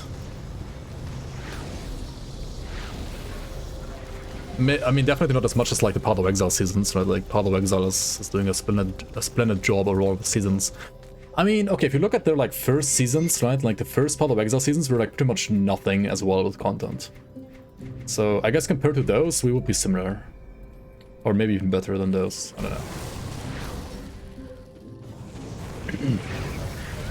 Is there much in terms of balancing nerfs, blah blah blah? Is that still viable? So there is like balancing happening to a certain degree, but usually like whenever something is like nerfed, then it's like it's never like nerfed into oblivion, like into unplayability, because this game has like officially no seasons, so there's like no reason to like make something unplayable, right? Like there's no reason to like make the game feel fresh so that people like play the new season, right? There's rather this aspiration by the developers to make like not necessarily all skills like equally powerful, but like at least make all skills playable and make all builds like, if something is a strong build and it's maybe like too OP, sure, it's gonna be nerfed like a bit, but it's never gonna be like nerfed into unplayability. But it's also not like Diablo 3 where no nerfs ever, only buffs, and everything is super power crept. I mean, every RPG is gonna have like its fair share of power creep, right? Like even this game also had like some power creep over the years, of course, but it's still like very minimal, I would say. Like it's nowhere near close like what Diablo 3 did, for example. Good choice for new player for hardcore. I mean, technically every class is viable, of course. Like some are, like literally every class is viable. The difference is like some classes are more gear dependent and some are less gear dependent. If you choose like pretty much any of my like beginner guide ones that I made, right? Like all of them work, right? Like this one that I'm doing right now also works. Fire Sorcerer, Promise Strike Druid. I mean, the fan favorite I guess is like just Warlord or Warder. Those are like the tankiest kind of classes in the game. Or like rather, they're like the mix of being tanky and easy to play, right? They're easy to play and tanky. I would say Warder is actually like number one when it comes to like ease of play and tankiness. Like Warlord is actually a bit harder to play. But I mean, if you have like at least some mechanical skill, then you can play like anything from my beginner like YouTube playlist basically. Or like also the forum guides here. There's some decent, if you prefer like written guides, there's some like good beginner guides there as well, written by people. I mean, or you can just like wing it. Like honestly, it's not like Path of Exile where you need a build or you just die instantly. You can just wing it. You can respec a bit more freely than in Path of Exile, I would say. Like if in PoE you're like limited with like regret orbs, and if you're playing SSF, at some point you're gonna run out of them, right? In Grim Dawn you can just like literally, you have this iron bits, right, that you get from like selling items, for example, or like just finding iron bits in the world. And respecking skills literally only needs iron bits, and respecking devotion points needs iron bits and one so-called aether crystal per respec point, right? Like per respec. And aether crystals are pretty much like, out of all currencies, like literally the easiest to farm there is. So it's very, very easy to respec. Attribute points, a bit harder to respec. At first, you're not gonna be able to respec them at all. But eventually you will find like potions that like reset them completely for you. So not like a big worry either. And as long as you like have enough points to like wear all the gear that you wanna use and find, it's kind of fine. You could do the old, like, when in doubt, just physique it out, right? Rule, especially on hardcore. Right, physique gives you like the most. I mean, all of them give you HP per point, but physique gives you the most. So yeah, like when in doubt, just physique it out, I guess, is like the rule for hardcore. But of course, like for min-maxing, there are like different setups that you want to go for, like more spirit heavy, or especially on like cunning, scaling, damage times, you want to like go heavy on cunning. But yeah, like really depends on the build as well.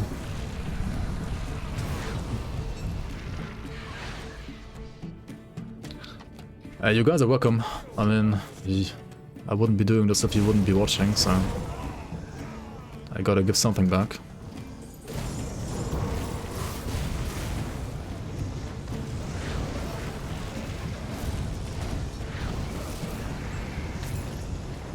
I wouldn't be doing this if you weren't watching, right? That's proper English. Oh well, English is hard.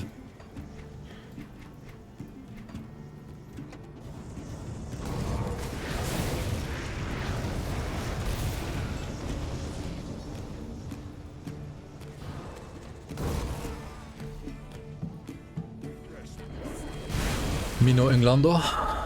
Playing a water at the moment. Can confirm it's fun to get slapped and still giggling. Yeah. It's kind of boring gameplay in my opinion, but...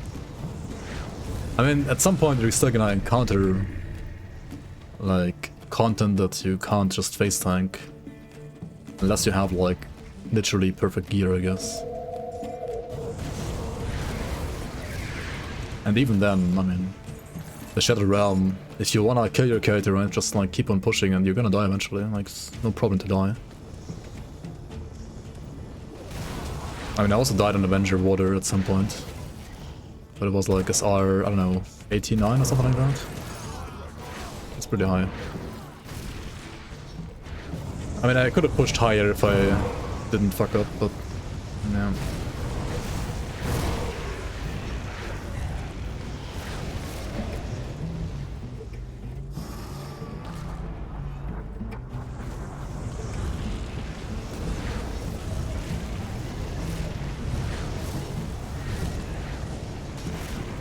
Yo, Polly, welcome in.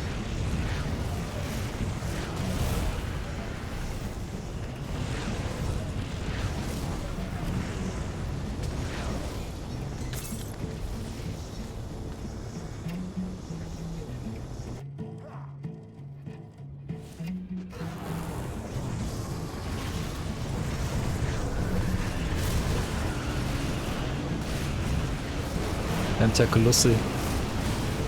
Time for you to die.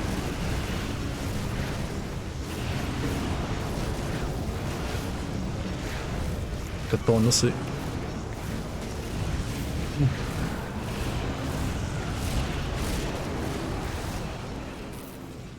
Did I just lose like some buffs? I think I did. Because I went like too low on energy.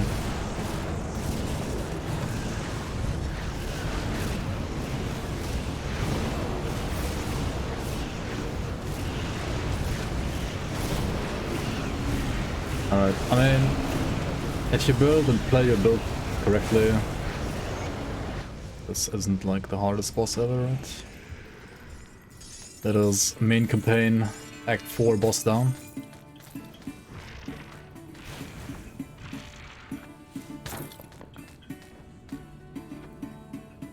What is this guy doing? Wait, oh, it's a tentacle. I was like, what the fuck is this HP bar? It's from the tentacle. It was flying up very high for some reason.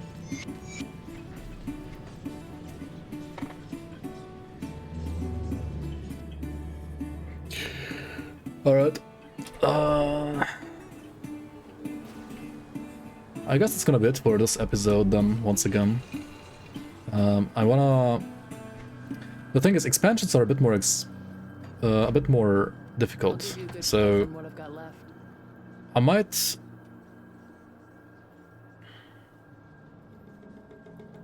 only, for example, like do Act 5 or like the first half of this act. Like the first half of Act 7 and the Act 5 is kind of not like super hard yet. The second part here and the second part here is a bit harder. So I might mix it up with some dungeons and like maybe some hidden path action and stuff like that next episode. Not gonna go like super linear on the main campaign as I did right now. We're gonna return to Inquisitor Creed next episode. Thanks for watching, guys. I'll see you around on the next one. Bye, YouTube.